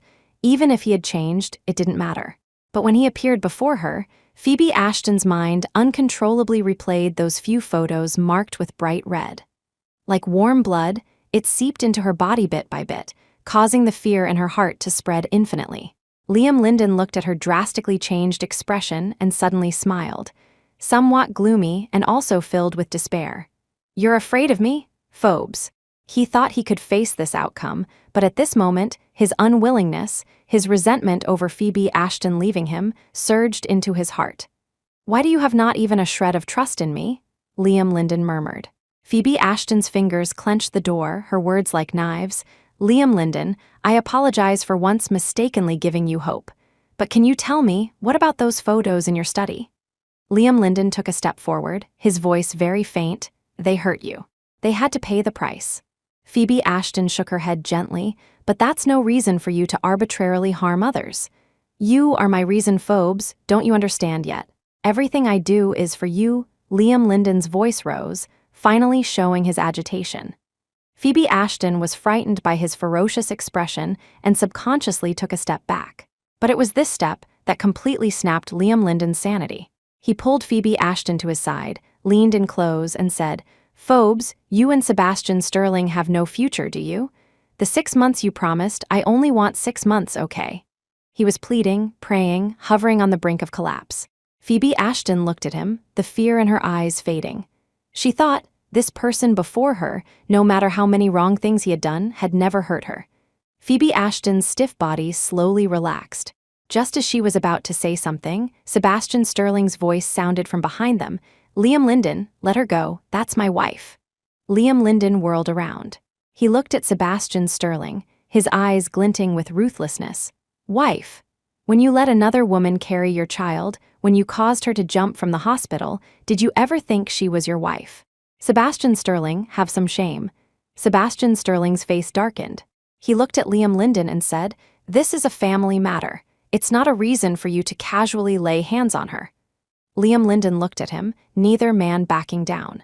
Phoebe Ashton suddenly broke free from Liam Linden's grasp and stepped back. At her movement, both men looked over simultaneously. Phoebe Ashton said, "You too, stay away from my life. I don't care what happens in the outside world. Please don't come and disturb me."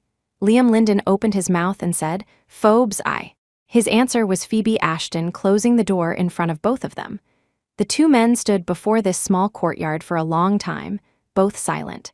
Sebastian Sterling was upset that Phoebe Ashton would rather say those words to Liam Linden than give him even a single glance. Liam Linden, however, thought of Phoebe Ashton's final, indifferent gaze as if something had been torn from his body. Liam Linden suddenly turned and strode away. Sebastian Sterling, however, stood there for a long, long time. Until night fell, the door before him never opened again. Chapter 39. Shameless to Phoebe Ashton's surprise, Liam Linden indeed did not appear before her again after that day. But when she opened the door the next day, she saw that her neighbor had changed. "Phobes, morning." Sebastian Sterling smiled warmly, but all he received was a cold glare from Phoebe Ashton. Phoebe Ashton naturally had no right to prevent Sebastian Sterling from living there and could only try to control the times she went out. But some people, as if enlightened, were determined to stick to her. Hearing the door being knocked for the third time, Phoebe Ashton just felt that the person outside was excessively persistent. That person being Sebastian Sterling made it excessively annoying. "What do you want?" Phoebe Ashton pulled open the door and asked, looking at Sebastian Sterling standing in front of her. "I want to have a meal with you," Sebastian Sterling said calmly. After a moment of astonishment, Phoebe Ashton looked at the man's indifferent eyes, and anger welled up. She had given so much for him in the past, only wanting him to come home for a meal. But what did Sebastian Sterling do? Impatiently refuse, immersing himself in a love nest with another woman. How dare he say such words? Phoebe Ashton felt she still didn't understand Sebastian Sterling thoroughly enough. At least this man's shamelessness she had never seen in their 3 years of marriage. Phoebe Ashton was furious and slammed the door shut with a bang, unwilling to bother with him anymore. But half an hour later, the door was knocked again. Phoebe Ashton didn't open it again, simply returning to her room and closing the doors and windows tightly. Finally, the outside returned to tranquility. Phoebe Ashton curled up in bed, a dull ache starting in her heart. Yes, she was soft-hearted and nostalgic. But Sebastian Sterling had hurt her so deeply, shattering all her past hopes and expectations. Now, if she were to repeat the same mistake, how could she face her past self? But the next day, when Phoebe Ashton opened the door, she still saw Sebastian Sterling's smiling face. "Phobes, morning." Phoebe Ashton didn't even glance at him and walked straight away. Sebastian Sterling then followed behind her, step by step. When Phoebe Ashton stumbled while climbing the mountain, he even rushed over. But the next moment, Phoebe Ashton fiercely slapped his hand away and said coldly, "Don't touch me." Sebastian Sterling froze, slowly withdrew his hand, but his face remained calm. Phoebe Ashton was going up the mountain to pay respects to her grandmother. Sebastian Sterling followed her all the way, causing her to take several detours. Finally, Phoebe Ashton stopped. She turned to look at him and said, "You promised me you wouldn't disturb my life anymore. I also told you I have no intention of continuing with you. Sebastian Sterling, what are you trying to do now? I want you to give me another chance. Legally speaking, we are still husband and wife." Sebastian Sterling's expression was very serious. "Ha, and what about your Miss White? That pregnant Miss White, what will you do about her? You can't possibly have the child and then make me raise it, can you?" Phoebe Ashton said sarcastically. Sebastian Sterling lowered his eyes. This matter was a mistake he couldn't escape, and also the greatest harm he had caused Phoebe Ashton. Seeing him like this, Phoebe Ashton felt even more disappointed. She turned her head, no longer looking at him, but also didn't move another step. Phoebe Ashton really didn't want to bring her matters with Sebastian Sterling to her grandmother's peaceful resting place. Phoebe Ashton sat down, as if admiring the mountain scenery, choosing to ignore Sebastian Sterling before her. The two thus fell into a stalemate. Sebastian Sterling didn't know how long this awkward atmosphere would last, but as long as he could see Phoebe Ashton, he felt very content. He thought Phoebe Ashton could sit for as long as she wanted, as long as he was by her side. The Sebastian Sterling of the past had never thought he would have such a day. Nor had he ever thought that Phoebe Ashton had felt this way back then, perhaps even 1,000 times more unbearably. Phoebe Ashton didn't know what this person was thinking, only that the way he looked at her was becoming increasingly strange. Just as Phoebe Ashton was about to lose her patience, the ringing of Sebastian Sterling's phone in his pocket broke the atmosphere. Sebastian Sterling glanced at Phoebe Ashton and answered the phone in front of her. In just 3 seconds, Phoebe Ashton watched as Sebastian Sterling's expression changed drastically. He quickly said, "All right, I understand." Then, he walked over to Phoebe Ashton and directly grabbed her wrist. Phoebe Ashton was about to struggle when she heard him say, "Mom and Dad were in a car accident. They're in the hospital now. Do you want to come with me?" Phoebe Ashton shook off his hand and still looked at him coldly. The moment Sebastian Sterling froze, she was already walking ahead. "Let's go, remember it's not for you." Chapter 40, Demon on the way back. Sebastian Sterling didn't speak. Phoebe Ashton glanced at him secretly. The anxiety and worry on his face were evident. For some reason, Phoebe Ashton subconsciously said, "Don't worry too much. Mom and Dad will be fine." As soon as the words left her mouth, Phoebe Ashton pursed her lips. Sebastian Sterling looked at her in surprise, then forced a smile and said, "I hope so. Thank you." Phoebe Ashton looked out the window and didn't respond further. The scenery outside flew by, and the two soon arrived at the hospital.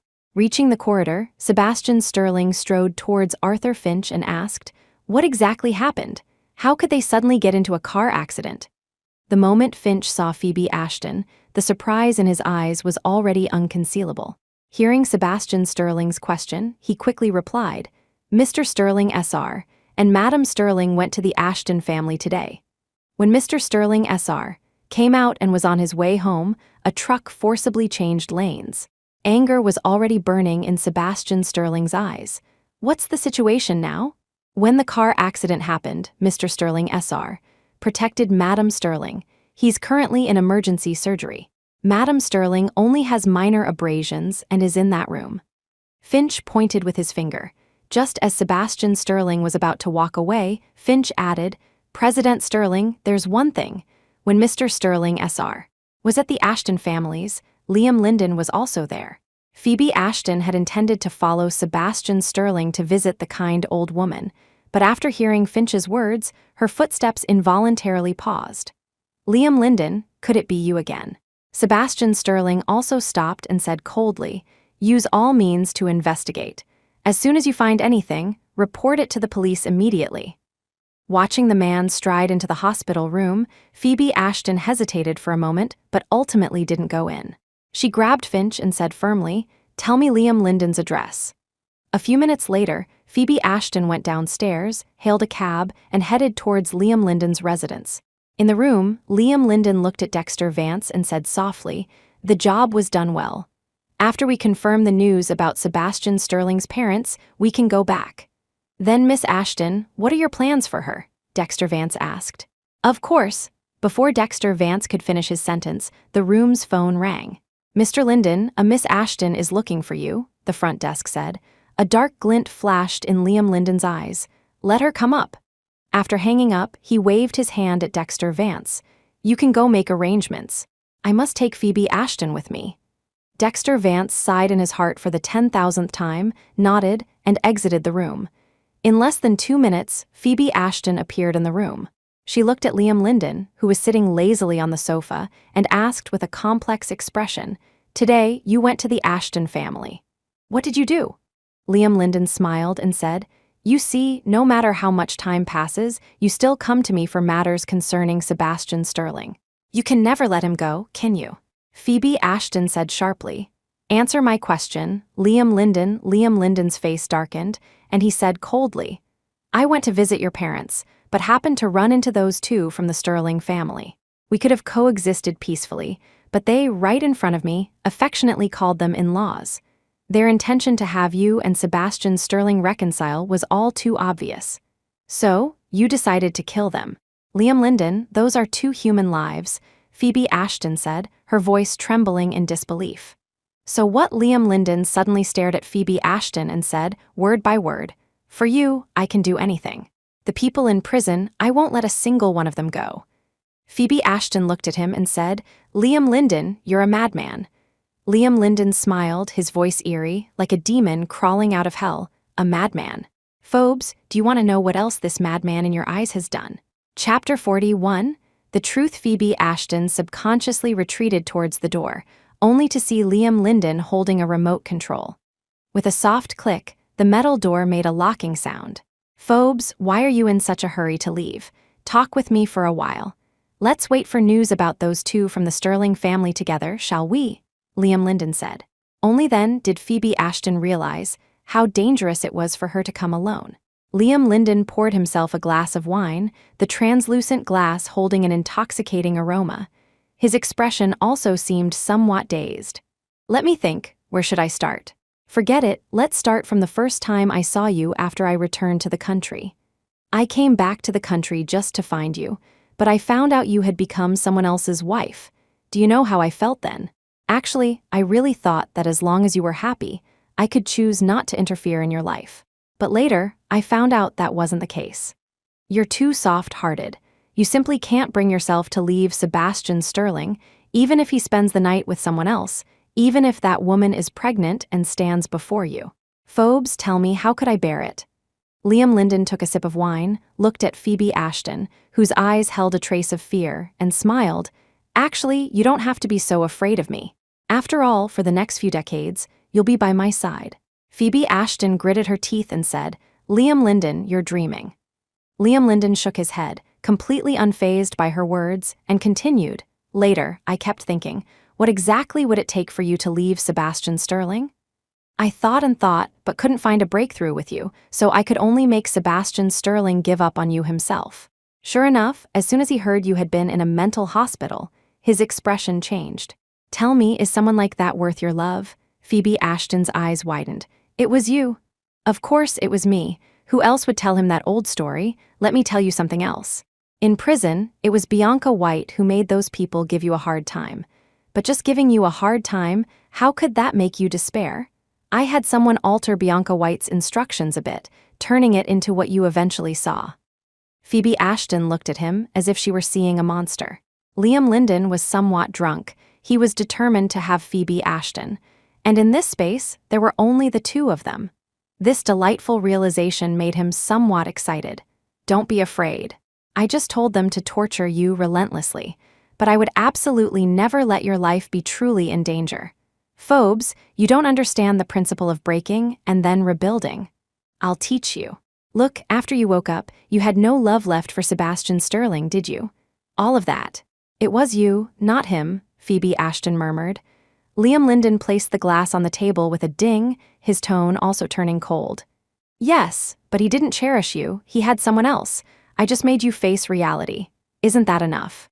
Was I wrong? Phoebe Ashton, take a good look.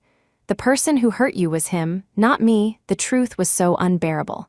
Phoebe Ashton looked at Liam Linden, and the blood in her veins began to turn cold. This was a madman, and she, powerless to resist, had delivered herself to this madman. Liam Linden approached her. Ignoring Phoebe Ashton's resistance, he pressed her against the cold wall. "Phobes, I will take you away. From now on, stay quietly by my side, understand?" Just then, Sebastian Sterling's voice sounded from outside the door. "He's in there. Break it down." Liam Linden's expression showed no panic. He grabbed Phoebe Ashton and sneered, "You came quickly. Don't even care about your parents anymore."